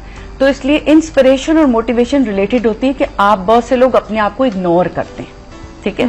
बैलेंस मेंटेन नहीं करते। किसी दूसरे का काम होगा तो आउट ऑफ द वे जाके करेंगे, किसी दूसरे की बीमारी, अपनी बीमारी को घसीटते चले जाते हैं। Is it true? होता है। हाँ, ठीक है। और अपने बारे में इग्नोरेंट होते हैं जब तक कि वो एक पिट स्टॉप पे नहीं आ जाते। जैसे वो गाड़ी की रेसिंग होती है तो उसमें एक पिट स्टॉप आता है ना, जिसमें ओवरहॉलिंग होती है, गाड़ी के टायर बदलते हैं, उसका वो बदलता है, थोड़ा बहुत प्रॉब्लम तो मेक श्योर के ख्याल रखते हैं। जब तो वो एक रेगुलर पिट स्टॉप अगर नहीं आता तो आप रेस नहीं जीत सकते। फिर वो एक फोर्सफुल पिट स्टॉप आ जाता है कि इंसान बेहोश हो जाएगा या ऐसा हो जाएगा। ऐसी सिचुएशन पे पहुंच जाता है जिसमें कि उसकी बर्दाश्त जो है वो खत्म हो जाती है और फिर वो एंड्स अप रियलाइजिंग कि उसको कोई बीमारी हो गई है या वो बीमारी को इग्नोर कर रहा है, अगर उसको पता भी है तो। अब वी कम टू दिस कि किस तरह से हम इंस्पायर होते हैं या मोटिवेट होते हैं। तो जो इंस्पिरेशन होती है वो इसलिए बेहतर चीज है क्योंकि आप शौक से कर रहे हैं कोई चीज। जैसे कि मैंने किसी को देखा कि वो बहुत खूबसूरत और स्मार्ट है और मेंटेन्ड है और मैंने उसको देखकर इंस्पायर हो गई और मैंने अपने आप पे एक पैशन के साथ, एक एंथुसियाज्म के साथ काम शुरू कर दिया, अपनी हेल्थ पे, अपनी प्रेजेंटेबिलिटी पे। और मोटिवेशन ये होती है कि थोड़ा सा धक्का देना पड़ता है। अब जब वो धक्का देना पड़ता है उसमें अल्लाह ताला ने एक सिस्टम बनाया हुआ है, खुदा ने भी इंसान को थोड़ा सा पुश दिया है। 3 तरीके हैं जिससे आप अल्लाह ताला के नजदीक आते हैं। 3 स्टेप्स होते हैं। पहला स्टेप होता है खौफ।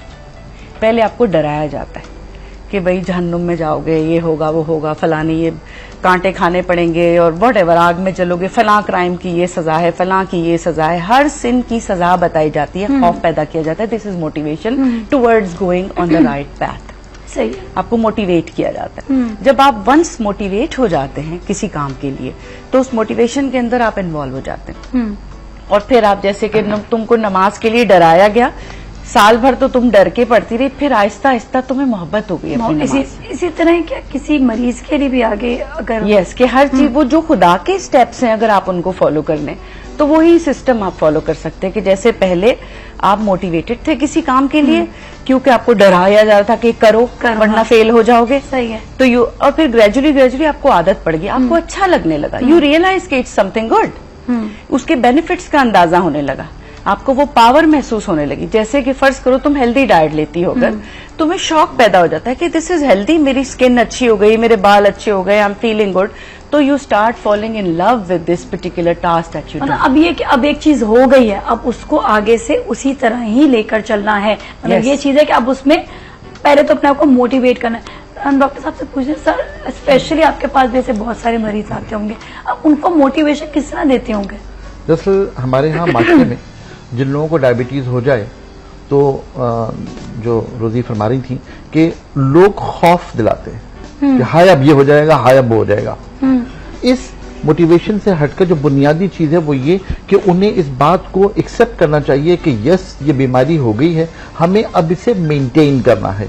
And maintenance is the better organ कि जहां हम तमाम चीजों को बेहतर तौर पे डील कर लें। अच्छा, जब डील करना है तो उसमें 3 हवालों से।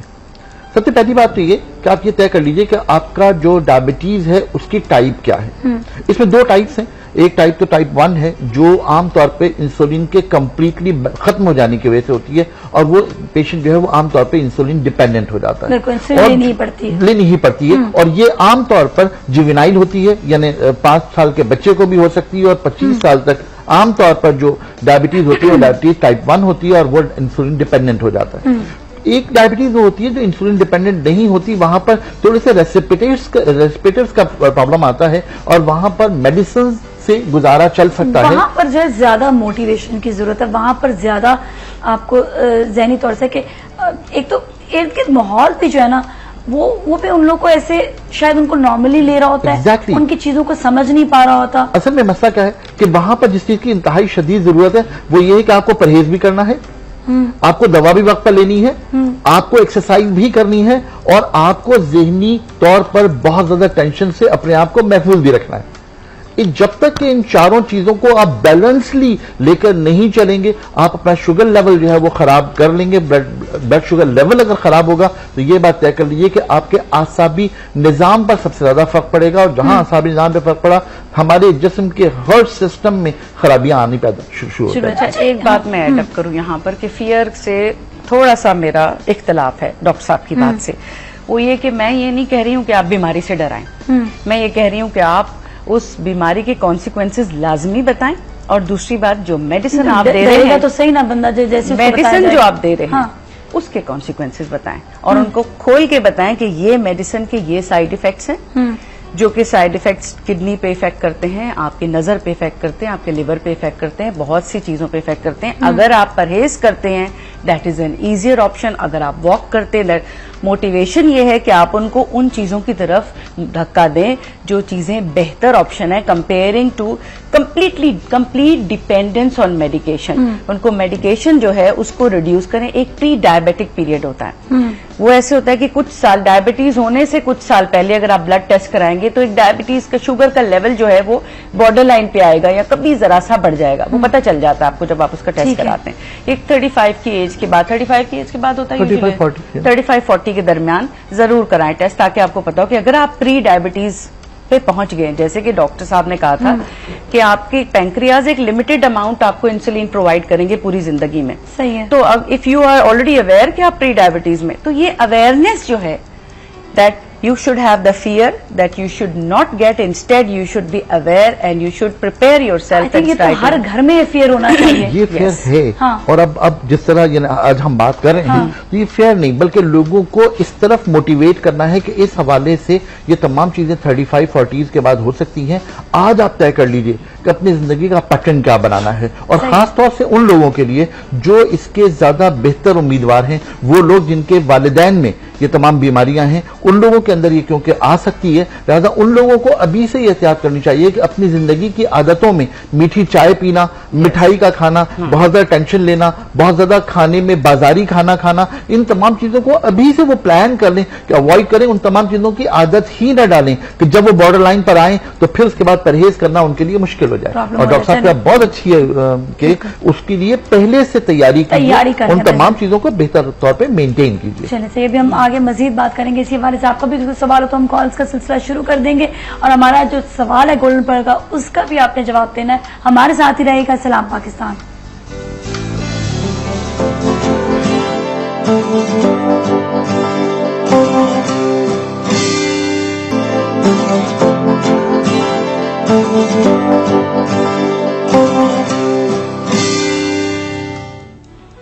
खुशामदीद सलाम पाकिस्तान में नाज़रीन, आज वर्ल्ड डायबिटीज़ डे है और इसी हवाले से जो ज़ियापतीज़ का दिन है, तो इसी हवाले से जो है हम आपको बता रहे हैं बहुत सी इन्फॉर्मेशन। हमारे साथ कॉलर भी, उनसे भी बात करते हैं। जी अस्सलाम वालेकुम। सलाम पाकिस्तान। फातिमा जी कैसी हैं आप? ठीक ठाक?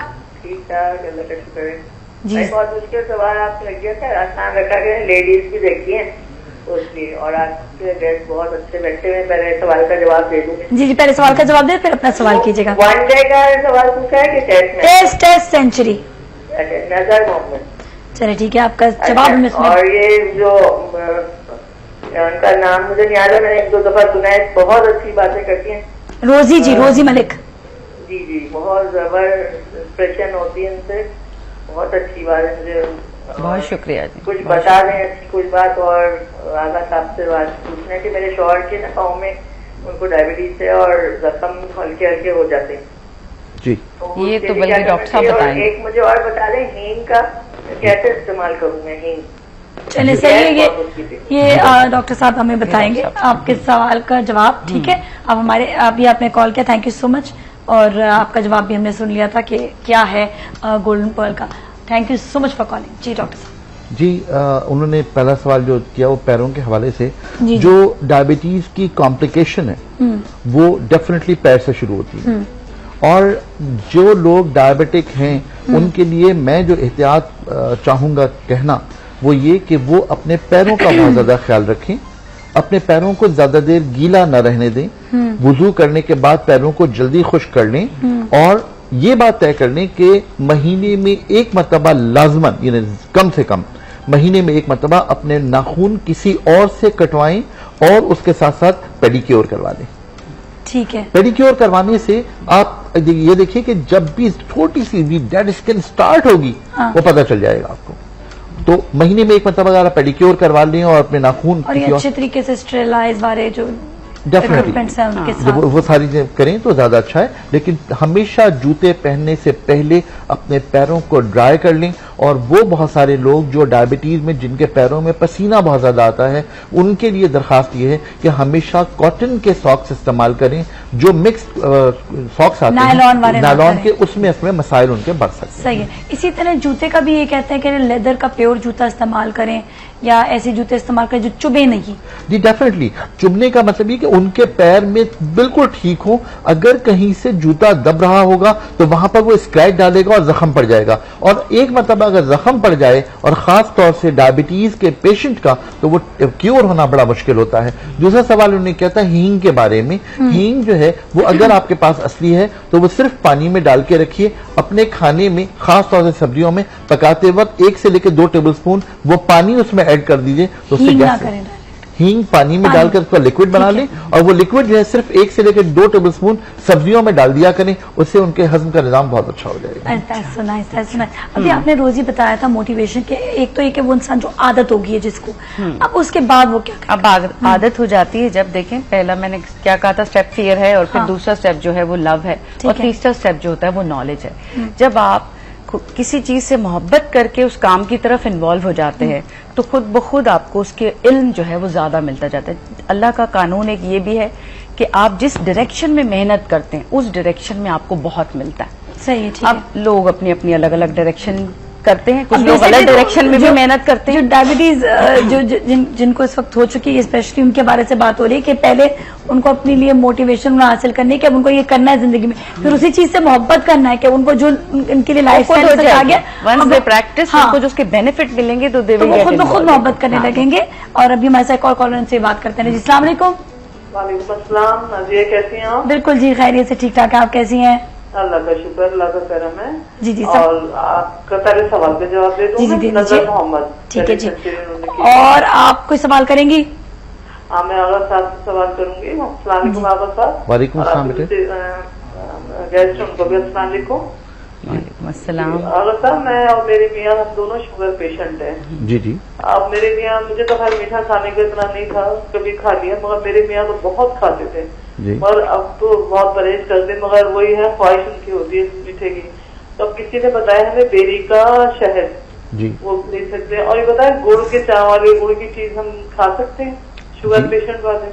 जी बेहतर, अभी जवाब देता हूँ। अभी जवाब देते हैं। Thank you so much for calling, बहुत बहुत शुक्रिया। जी जी, देखिए गुड़ के चावलों के बारे में आपसे करूं कि उसके अंदर ग्लूकोज बढ़ाने की सलाहियत बहुत ज्यादा होती है। और दूसरी बात जो है वो ये कि जो बेरी के शहद के बारे में कहा जाता है तो बेरी का जो शहद है उसमें डेफिनेटली ग्लाइकोजन डायरेक्ट जो होता है वो बहुत ज्यादा मिकदार में होता है, लेकिन ये ध्यान में रखिएगा कि बेरी के शहद का जो इस्तेमाल है वो 1 टेबल स्पून से ज्यादा नहीं होना चाहिए। उसको भी आप बिल्कुल फ्रीली इस्तेमाल करेंगे तो बहुत ज्यादा मसाइल होंगे। 1 टेबल स्पून रोजाना इस्तेमाल कर, ठीक है।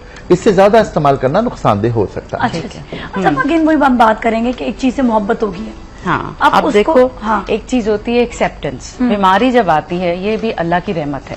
पहली बात, ये एक कॉन्सेप्ट है जो कि बड़े बूढ़े हमें जिंदगी भर से सिखाते आ रहे हैं और हर रिलीजन में ये कॉन्सेप्ट है कि जिस तरह से आपके पास खुशियां आती हैं वैसे परेशानियां आती हैं, उसी तरह बीमारी आती है। ये जिंदगी का हिस्सा है, सब खुदा की तरफ से। अब जब बीमारी आती है तो उसको एक्सेप्ट करना बहुत जरूरी होता है। जब आप इसको एक्सेप्ट करते हो तो आप समझ लें कि इसका रीजन क्या है। इसका रीजन ये होता है कि अल्लाह ताला आपको अपने नफ्स को कंट्रोल करने की एक प्रैक्टिस दे रहा है। डायबिटीज में खास तौर पे ऐसा होता है कि आपको कंट्रोल करना है चीजों को, तो आप अपने नफ्स को कंट्रोल कर रहे हैं। ये उनके लिए एक्स्ट्रा एक काम दे दिया गया ये बहुत जरूरी है। ये एक एज में बहुत जरूरी है। आप सारी जिंदगी नफ्स को खुला छोड़ के नहीं चल सकते। हाँ, तो आप इसलिए ना पहले से चीजों से ये वाली आप बात करें कि ये हर ह्यूमन को वैसे तो प्रैक्टिस करनी चाहिए। किसी को किसी तरह होगा। हाँ। कुछ लोग बहुत यंग एज में नफ्स को कंट्रोल कर लेते हैं। सही और कुछ और खाने पीने के मामले में कुछ इंसानी फितरत ऐसी है कि बिल्कुल मुंह जोर घोड़े की तरह जो चला आ रहा है हम उसको खाए चले जा रहे हैं विदाउट रियलाइजिंग। ये प्रैक्टिस जो है ना, एक मुस्लिम के लिए स्पेशली इस प्रैक्टिस के बारे में मैं आपसे कहूँगा, रमजान जो है ना वो हर साल एक प्रैक्टिस का एक रिफ्रेशर कोर्स होता है। बिल्कुल। और मुझे इनकी बात से एक बात याद आ रही है कि मैं कहता हूं डायबिटीज का पेशेंट जो है ना, उसने डायबिटीज को अगर दूसरी बीवी बनाकर रखा तो वो हमेशा जीत जाएगा।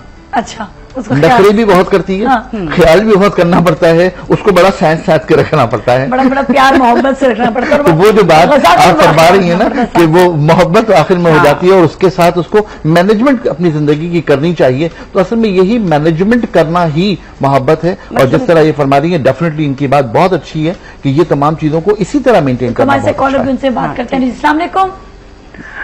नाजिर, क्या हाल है आपका? मैं जावेद बोल रही हूँ। जी जी मिसेस जावेद। शुगर का प्रोग्राम शुगर पे आप लोग कर रहे हैं। जी जी। तो शुगर तो काफी कॉमन होती जा रही है आजकल। डेफिनेटली जी, बिल्कुल। मुझे ये डॉक्टर से ये कहना है कि डॉक्टर्स भी आजकल ये करते हैं कि जब आप जाते हैं किसी भी ट्रीटमेंट के लिए, बच्चों की डिलीवरी के लिए या किसी भी इलाज के लिए, तो वो ये देखेंगे कि जी ये जो हमारा पेशेंट है कोई वीआईपी है या मिनिस्टर का बेटा है या मैनेजर या जर्नल का है, तो वो तवज्जो से देख लेंगे। बाकी जो कॉमन लोग जाते हैं उनको किसी को गलती से ये टीका लग गया, किसी को गलती से एनेस्थीसिया ज्यादा लग गया, जिसका कोई सवाल जवाब नहीं। ये ऑनेस्टी के साथ सारे पेशेंट को क्यों नहीं डील करते? आखिर अब यूरोप में भी आप जाए, उनके दिमागों पे ये नहीं होता कि ये जिस मेरे पेशेंट ने फीस दी है। बहुत अच्छी बात आपने की। हमारे डॉक्टरों के दिमागों पे ये मिसेस जावेद आप हमारे साथ ही रहे, होल्ड पर रहे। हम अभी ब्रेक ले रहे हैं, आपसे ब्रेक के दौरान भी बात करेंगे। आप हमारे साथ ही रहे। सलाम पाकिस्तान।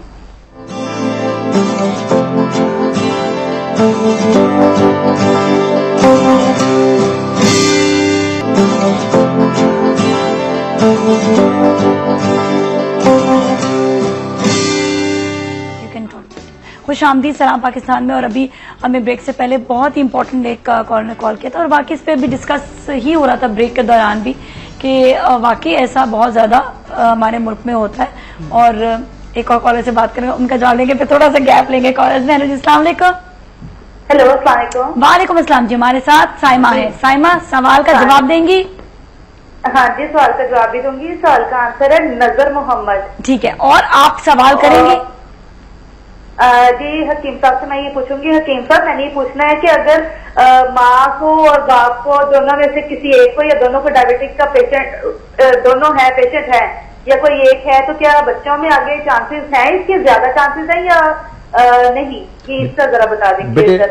90% तमाम बच्चों में और ऑड बच्चों में 100%, यानी नंबर 1, नंबर 3 और नंबर 5 जो बच्चे हैं उनमें 100%, और जो जेंडर है नंबर 2 और नंबर 4 उनमें 90% चांसेस हैं। सही है, चलिए ठीक है। अच्छा, जो कॉलर ने कॉल जो किया, पहले कॉलर की हाँ। जो बात थी, देखिए मेरी एक गायनेकोलॉजिस्ट के साथ बात हो रही थी जो कि जिन्होंने फर्स्ट टेस्ट ट्यूब बेबी बनाया था यहाँ पर पाकिस्तान में, जिन्होंने काम किया और अभी भी टेस्ट ट्यूब बेबी पे काम कर रही और वो एक चैनल में भी प्रमोट भी कर रही है साउथ सिटी में भी कुछ डॉक्टर्स हैं जो कि टेस्ट ट्यूब बेबी के ऊपर बहुत ज्यादा स्ट्रेस करते हैं। कई लोगों से मेरी बात हुई है जिन्होंने टेस्ट ट्यूब बेबी की ऑप्शन ली और फिर उन्होंने बाहर जाके इलाज कराया, वो ठीक हो गए, उनको टेस्ट ट्यूब बेबी की जरूरत नहीं पड़ी।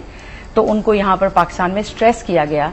ये नहीं कि वो गरीब गुरबा थे, दे वर रिच पीपल, अफोर्ड कर सकते थे एक्सपेंसिव ट्रीटमेंट, इसीलिए वो बाहर के मुल्क गए to find out whether they have this problem और not, and they found out that they did not need, they were not infertile. जब आप टेस्ट ट्यूब बेबी के लिए जब आप टेस्ट ट्यूब बेबी पैदा करते हैं तो देयर इज अ चांस कि उसका आगे टेस्ट ट्यूब बेबी ही हो, इनफर्टिलिटी फॉरवर्ड करें। जब आप इस चीज को फैलाते चले जाएंगे तो आप सोचे कि दुनिया में कितनी टेस्ट ट्यूब बेबीज क्रिएट पहले ये कि पहले इलाज की तरफ जाएं और जो मुमकिन है कि इलाज हो सके। डॉक्टर साहब, ऐसा मुमकिन है कि मतलब और हाँ जी यकीनन बहुत सारे केसेस में मुमकिन है। मैं आपसे करूं आजकल जो बड़ा कॉमन इशू हमारे यहाँ लड़कियों में है वो पीसीओज है। हाँ। पीसीओज में जो बुनियादी प्रॉब्लम होता है वो ये कि मंथ बाय मंथ जो हमारे फॉलिकल्स डेवलप होने चाहिए वो अपनी मखसूस मिकदार में नहीं होते, तादाद में बहुत ज्यादा होते हैं, डेवलप नहीं हो रहा होता। अब मे बी पॉसिबल उनका जो FSH है, फॉलिकल स्टिमुलेटिंग हार्मोन है, या वो कम हो गया या वो बहुत ज्यादा हो गया या बहुत ज्यादा पैदा कर रहा है।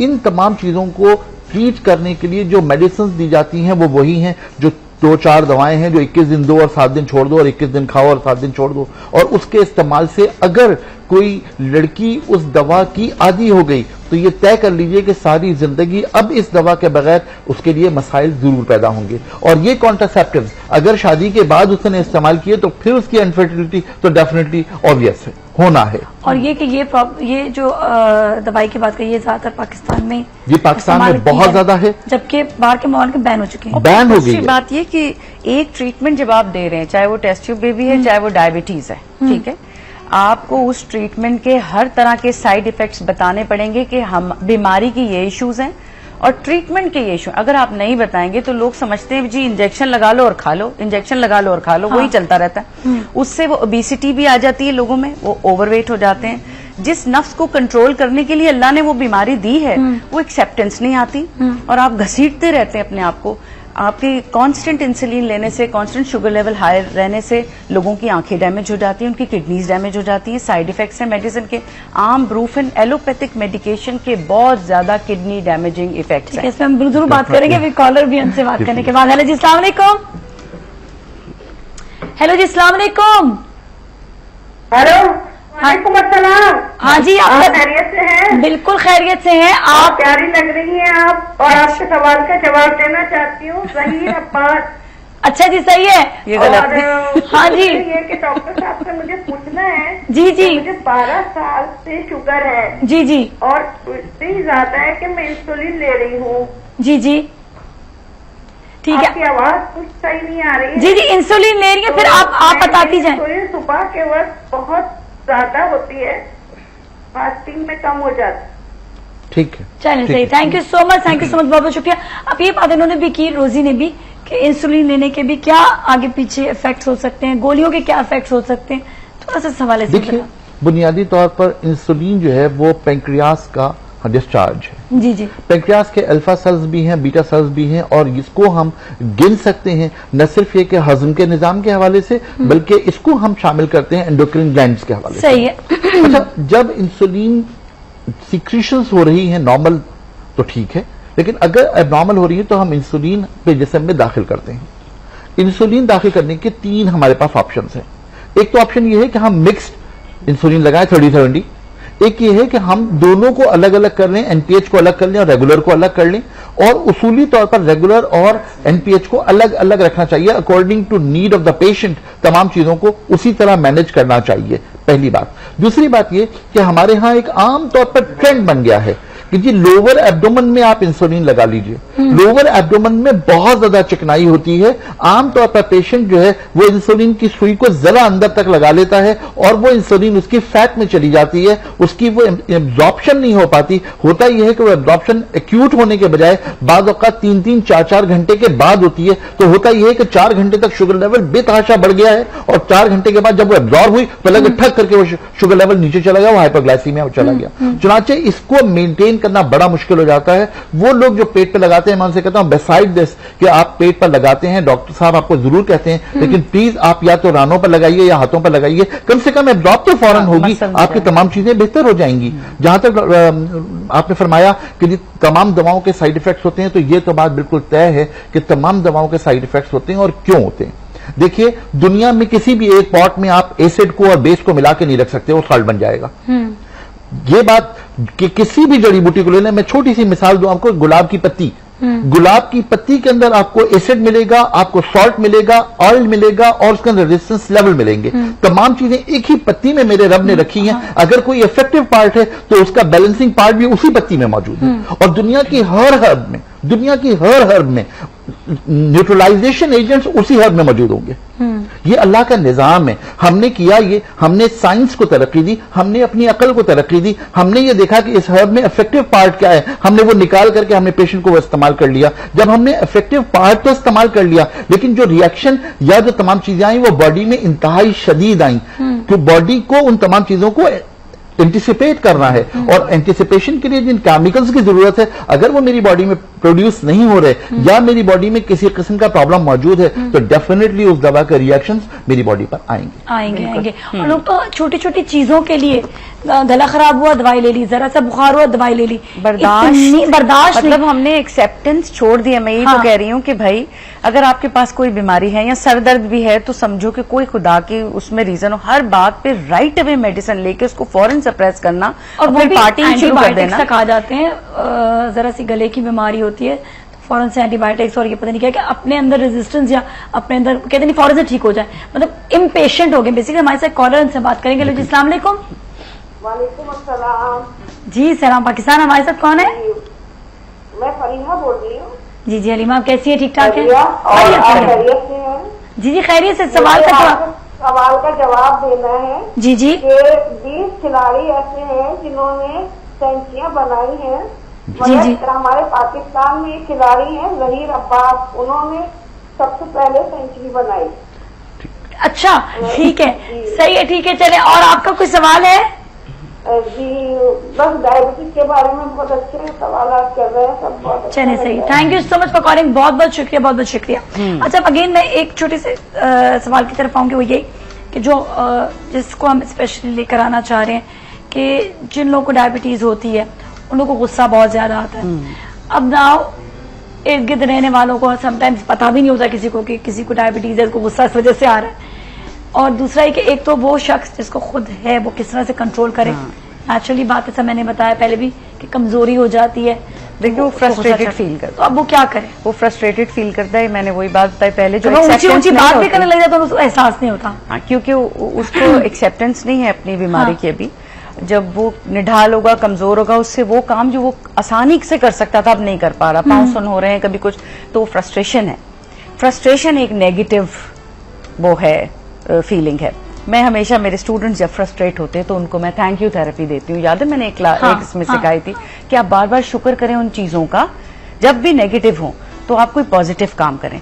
जैसे कि शुक्र करें उन चीजों का जो है। और फ्रस्ट्रेशन उस वक्त होता है जब आपको कुछ नहीं है, कोई चीज लैक कर रही है। ठीक है। तो जब आप वो चीजें जो आसपास हैं, मौजूद हैं, जो अल्लाह ने आपको दे रखी हैं, जब आप उनका शुक्र अदा करना शुरू करेंगे तो शैतान वैसे ही आपको फ्रस्ट्रेट करने से बाज आ जाएगा। वो क्योंकि एक बेहतर नेकी की तरफ आप जा रहे हैं, वो उस फ्रस्ट्रेशन के एंड रिजल्ट में, तो फिर वो जो आपका नेगेटिव अंदर का शैतान है, जो नेगेटिविटी है, जो आपको बार बार प्रोवोक कर रही है कि वाई मी या व्हाट्स रॉन्ग विद मी, आपको सेल्फ पिटी में लेके जा रही है, आपको कंप्लेनिंग फेज में लेके जा रही है। कंप्लेन और सेल्फ पिटी दोनों नेगेटिव हैं और शुक्र करना, ग्रैटिट्यूड पॉजिटिव है। तो आप उसको पॉजिटिविटी में कन्वर्ट करें, आप राइट अवे देखना शुरू कर दें। इसके लिए मैं पर्सनली, जो बहुत ब्रोकन केसेस होते हैं, मेरे पास कुछ ऐसे केसेस आते हैं जिनको बिल्कुल, जो खुद कुछ कर ही नहीं सकते, शुक्र भी नहीं, बेहाल पहुंचे होते हैं, क्योंकि वो हर चीज में नेगेटिविटी आ चुकी होती है। आई एम सॉरी टू से, लेकिन साइकियाट्रिस्ट ने उनको 8 एंटी डिप्रेसेंट्स और वो बाइपोलर के जो होते हैं मूड स्टेबलाइजर्स, वो सब कुछ दिए होते हैं। वो इतने सालों से ले रहे होते हैं कि अब वो बिल्कुल ब्रेक डाउन हो जाता है उनका। और ये तो एक और चीज है, उनको फिर जो है वो मोटिवेट करने के लिए हाँ। मैं जो है NLP सेशन देती हूँ या हिप्नोटिज्म की हेल्प लेती हूँ। हिप्नोटिज्म से फिर मैं उनको सेल्फ हिप्नोटिज्म भी सिखाती हूँ उस वक्त जब वो थोड़ा अपने पैरों पे खड़े हो जाए। तो उस हिप्नोटिज्म से ये होता है कि हम पहले वो फियर ही डेवलप करते हैं, तो फिर वो मोटिवेशन से लेटर ऑन 1-2 और सेशंस के बाद उसको इंस्पिरेशन की तरफ लेकर आते हैं। यंगर लोगों को मैं जल्दी इंस्पिरेशन की तरफ लास, ओल्डर को जरा सा आदत पड़ गई होती है कंप्लेन करने की, माइंड अच्छा, करने मैं कोई इसी हवाले से है कि घर वाले जो उनको कैसा बिहेवियर अपना रखना चाहिए, और ये भी कि जो लोग डिप्रेसिंग गोलियां ले रहे होते हैं अक्सर, उनके लिए भी क्या क्या नुकसान आता है। हमारे साथ मरियम फारूक है। अस्सलाम वालेकुम, कैसी हैं? ठीक ठाक हैं? वालेकुम अस्सलाम, ठीक ठाक। सलाम पाकिस्तान। सलाम पाकिस्तान। जी सवाल का जवाब देंगी? जी नाजिया जहीर अब्बास है। ठीक है जी। और मुझे आगा साहब से भी बात करनी है। अस्सलाम वालेकुम आगा साहब। वालेकुम सलाम बेटे। अंकल मुझे आपसे ये पूछना था कि देखिए शुगर की ज्यादती होती है तो समझ में आ जाता है कि डायबिटीज का पेशेंट है ये, डायबिटीज का, लेकिन शुगर की कमी होती है तो इसके क्या मतलब, क्या रीजन होते हैं और वो कौन सी बीमारी में चला जाता है अगर इन बंदों में शुगर की कमी हो? बहुत अच्छा सवाल, थैंक यू वेरी मच, जरूर इसकी बात करेंगे। Thank you so much for calling, बहुत बहुत शुक्रिया। जी जी, मैं आपकी बात को थोड़ा सा बढ़ाना चाहूंगा। जी जी। शुक्र, मेरा यह हाथ, इस हाथ की कारकर्दगी खत्म हो जाएगी सिर्फ ये अंगूठा अगर जख्मी हो जाए तो। और खुदा की कसम, सारी जिंदगी सिर्फ हम इस एक अंगूठे का शुक्र अदा करना शुरू करें तो शायद जिंदगी गुजर जाएगी, इस एक अंगूठे का शुक्र अदा नहीं कर सकते। यानी दुनिया का हर काम आपको करना है, इस अंगूठे की जरूरत है, और अगर इस ये अंगूठा सिर्फ हटा दीजिए तो आप यकीन कीजिए कि हाँ, यह हाथ हमारा बेकार हो गया। तो बिल्कुल इसी तरह जिंदगी में हर पहलू है शुक्र का। और लोगों का एक आम वतीरा है कि चोट लगी थी और चोट इस तरह लगी कि आंख बच गई, तो कहते चोट तो लगी अल्हम्दुलिल्लाह आंख बच गई।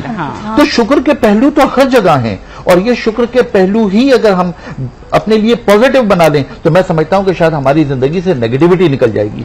डायबिटीज के पेशेंट के लिए मुझे सिर्फ एक बात कहनी है शुक्र के पहलू के हवाले से कि देखिए, जो शख्स बीमार है, अल्लाह रब्बुल इज्जत ने एक उसके लिए पैगाम दिया, वो ये कि मेरा जो बंदा बीमार होता है मैं उसकी दुआओं को खूब सुनता हूं। नबी करीम सल्लल्लाहु अलैहि वसल्लम ने फरमाया कि मेरा कोई उम्मती अगर बीमार हो जाए, चाहे उसे बुखार ही क्यों ना हो जाए, उसके गुनाह इस तरह झड़ते हैं जैसे खिजा में दरख्त के पत्ते झड़ते हैं। तो आप ये देखिए कि कितनी नेमतें हैं। जिस तरह आपने फरमाया था ना कि जिस तरह सेहत एक नेमत है, इसी तरह बीमारी भी नेमत है, अल्लाह की रहमतें हैं। और उन रहमतों को अगर हम रहमतों की तरह एंटिसिपेट करें, उनको हम रिसीव करें, तो डेफिनेटली हम इन तमाम चीजों को बेहतर कर सकते हैं। और ये डायबिटीज के दिन के हवाले से ये मेरा पैगाम कि खुदा के लिए पॉजिटिविटी को अपनाइए, और पॉजिटिव जब आप रहेंगे तो ऑटोमेटिकली तमाम चीजों को आप बेहतर करने में कामयाब हो जाएंगे। अगर आप नेगेटिव जाएंगे तो डेफिनेटली आपके जितने भी जिस्म के केमिकल्स हैं वो डिस्टर्ब होंगे, और उसके बाद मसाइल आपके लिए जिंदगी में बहुत ज्यादा आ जाएंगे। अच्छा, हमारे साथ बहुत सारे मैसेजेस भी हमारे पास आए, स्पेशली एक मैसेज का जवाब मैं जरूर देना चाहूंगी। उनको था कि आपने नीम की बात की थी या हींग की, तो हींग की बात की थी, और साथ में बहुत सारे और भी सवाल आते जा रहे हैं, वो भी मैं उनकी भी अभी जवाब बताएंगे। हमारे साथ कॉलर है क्या अभी? अच्छा, ब्रेक है अभी, चले ब्रेक के बाद और भी सवाल है वो भी करेंगे। आप हमारे साथ ही रहेगा। सलाम पाकिस्तान।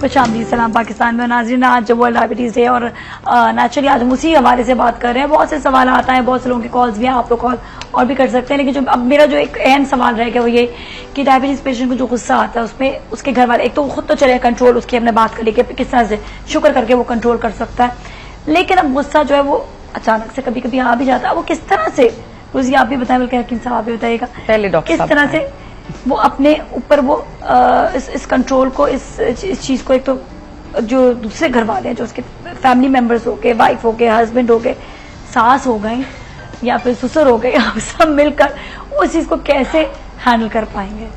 देखिए, खानदानी निज़ाम की जो एक बहुत इम्पॉर्टेंट कंटेंट है वो है बर्दाश्त। खानदानी निज़ाम की, मैं डायबिटीज के पेशेंट की बात ही नहीं कर रहा, बल्कि मैं एक आम बात कर रहा हूं। जिस शख्स को गुस्सा आ रहा है वो शख्स अगर हाइपर भी हो रहा है अपनी बीमारी की वजह से, और उसके करीब रहने वाले लोग अगर उससे अंडरस्टैंड कर लेते हैं और उन तमाम चीजों को थोड़ी सी देर के लिए अवॉइड कर लेते हैं, तो तमाम चीजें खुद ब खुद ठीक हो जाएंगी। ये बात हमेशा याद रखिए कि अगर कोई भी शख्स, चाहे वो बीवी की हैसियत से, चाहे वो बहू की हैसियत से, एट वंस किसी चीज का जवाब देने की कोशिश करेगी, तो फिर वो एक के बजाय 4 सुनेगी, फिर वो मसाइल हमेशा बढ़ेंगे। मैंने एक चीज सीखी जिंदगी में कि अगर किसी शख्स को गुस्सा आ रहा हो और वो कोई शख्स बोल रहा हो, उस वक्त 5-7 मिनट के लिए आप अपनी जबान बंद कर लीजिए, आप उसको अवॉइड कर लीजिए, उसके सामने से हट जाइए।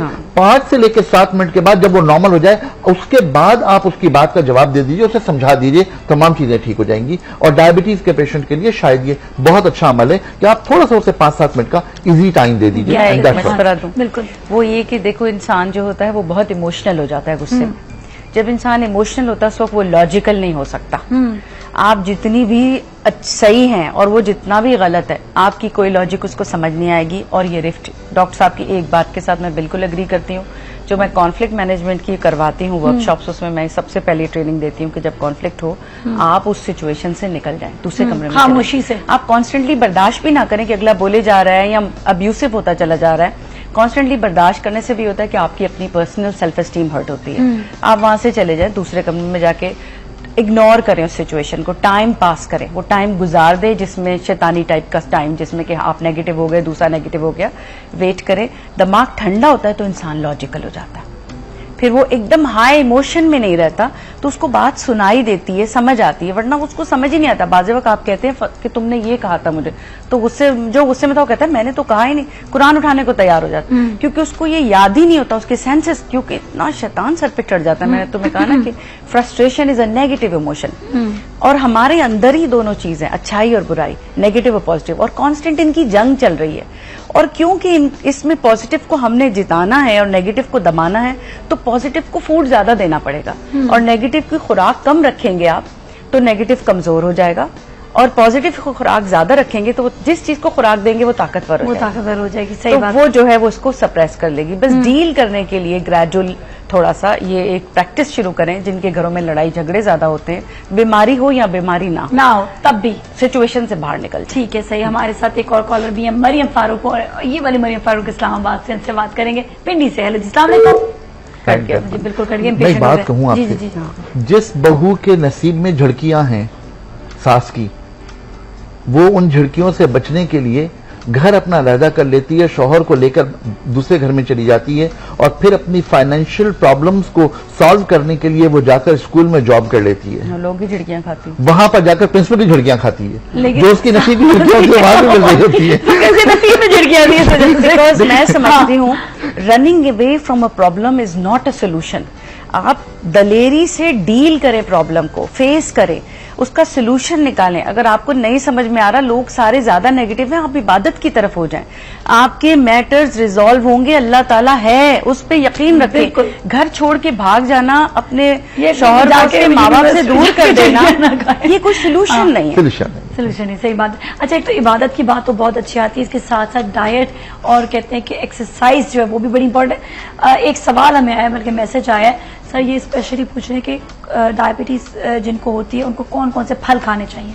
देखिए, फलों में आमतौर पे क्योंकि शुगर मौजूद होती है तो बहुत कम मिकदार में फल कोई भी खाया जा सकता है। सेब आधा ले सकते हैं, अनार कुछ दाने ले सकते हैं, केला, अंगूर और आम, ये 3 फल वो हैं जो बिल्कुल नहीं ले सकते। इनको तो बिल्कुल नहीं लेना चाहिए। बाकी तमाम फल कुछ कम मिकदार में लें, और फिर ज्यादा के लिए मैं यही कहूंगा कि सब्र करें, कम मिकदार में लेते रहें और ज्यादा कंट्रोलिंग वाली बात। और डायबिटीज के पेशेंट के लिए जो आपने फरमाया ना, मैं हकीकतन ये बात कह रहा हूं कि ये शायद अल्लाह की तरफ से उसके लिए नेमत है कि वो तमाम चीजों को कंट्रोल करने का सबक जो है वो सारा साल सीख रहा है। और जिस वक्त वो कंट्रोल करना सीख लेगा, अपने नफ्स अम्मारा को कंट्रोल कर लेगा और वो नफ्स मुतमइन्ना की सफ में चला जाएगा, तो शायद उससे अजीम शख्स कोई नहीं होता। अच्छा, मेरा एक और मैसेज आया है, फायजा ने लिखा है, वो कह रही है कि उनकी अम्मी को जो है शुगर की बीमारी है, तो क्या इससे और उनकी मेमोरी इससे कम हो रही है,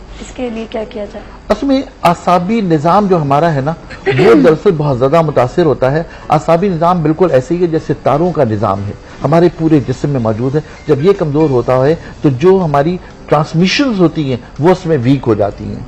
तो मे बी पॉसिबल कि उनकी जो ब्रेन की रगें हैं वो कमजोर हो रही हो, जिसकी वजह से मेमोरी उनकी डिस्टर्ब हो रही हो और वो जिन चीजों को रिकॉल करना चाहती हैं वो रिकॉल नहीं कर पा रही।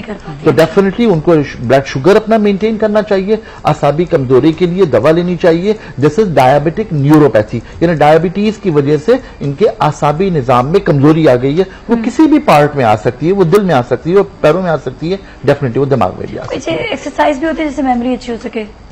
देखो, मैं तो बहुत सारी ब्रेन एक्सरसाइजेस सिखाती रहती हूँ, विजुअलाइजेशन एक्सरसाइजेस होती हैं, लेकिन ये पर्टिकुलर केस जो है, क्योंकि ये बीमारी से लिंक्ड है। मेरे पास अभी एक केस है जो कि खातून लंदन गई हुई, उनसे मैंने कहा है, वो बहुत यंग है और उसको डायबिटीज हो गया है। प्रेगनेंसी में हुआ था, प्रॉपर ट्रीटमेंट नहीं मिला, as usual some doctors fault, और अब उसको डायबिटीज हो गया। तो उसको मैंने कहा था तुम आओ and I will help you out, कि डील करें इसके साथ। अगर मैं उसमें सक्सेसफुल हो गई, I am not charging her anything till she recovers out of it, क्योंकि वो एक एक्सीडेंटल ऐसा हो, तो किस तरह से वो उसको बहुत सारे मल्टी कॉम्प्लिकेशन हो रहे हैं उसकी वजह से। तो द थिंग इज के मैंने, अगर वो उसमें सक्सेसफुल हो गई मैं, तो फिर मे भी मैं इसके ऊपर ज्यादा अच्छा कमेंट दे सकूंगी। अभी अहेड ऑफ टाइम मैं नहीं बोलूंगी। नहीं हो सकता। चलिए सही, थैंक यू सो मच, आप लोगों का बहुत बहुत शुक्रिया, स्पेशली रोजी मलिक आपका भी और हकीम साहब आपका भी। बहुत इंपॉर्टेंट ऐसी बातें थी जो नाज़रीन तक पहुंची हैं, क्योंकि हम अक्सर औकात चीज़ों को बिल्कुल भूल जाते हैं। हमारे घरों में बहुत सारे ऐसे लोग हैं जिनको नेचुरली डायबिटीज होती है, या अपने फैमिली में होते हैं, या इर्द गिर्द, क्योंकि अब तो ये कि ये इतनी ज्यादा ये चीज फैल रही, कॉमन हो गया है, जिसका कंट्रोल करना भी जरूरी है। क्योंकि अभी आपको रेशो में बताया था कि कितना ज्यादा इसका रेशो बढ़ सकता है अगर आप लोग कंट्रोलिंग नहीं करेंगे। बहुत सी ऐसी खाने पीने की चीजें, इस पर कंट्रोल करना, सबसे ज्यादा जो बात की जाती है वो खाने पीने पर की जाती है, खाने पीने पर और अपने इमोशन, लाइफस्टाइल बहुत जरूरी है। मैं आपसे अर्ज करूं, शायद लोगों के लिए कोई अच्छी बात हो, मैं खुद 7 साल से डायबिटिक हूं। ओके, लेकिन आप देखिए कि मैं सुबह चैनल पर होता हूं, अपनी लाइब्रेरी अल्हम्दुलिल्लाह मैं 3 किताबें लिख रहा हूं, शाम को 6 बजे से लेकर रात के 12-1 बजे तक मैं क्लिनिक करता हूं, लेकिन हर चीज मैंने मेंटेन की हुई है और अल्हम्दुलिल्लाह मुझे किसी किस्म की कोई कॉम्प्लिकेशन नहीं, माशाल्लाह। तो सिर्फ इतनी सी बात है कि तमाम लोग इन तमाम चीजों को अगर फॉलो करें तो फिर डेफिनेटली तमाम चीजें मेंटेन रहें। Thank you so much once again, thank you so much. और नाज़रीन, आप लोग को भी सवाल का जवाब हम कल बताएंगे, जो गोल्डन पर्ल का सवाल था। लेट्स देखे, बड़े डिफरेंट सवाल के जवाब आते हैं। कोई बात नहीं, आप लोग थोड़ी सी अपनी रिसर्च जरूर रखा करें जब सवाल करते हैं। और इसके साथ ही आज के लिए इतना ही, कल फिर मिलेंगे। अपना बहुत ख्याल रखिएगा। सलाम पाकिस्तान। आज मेरा गला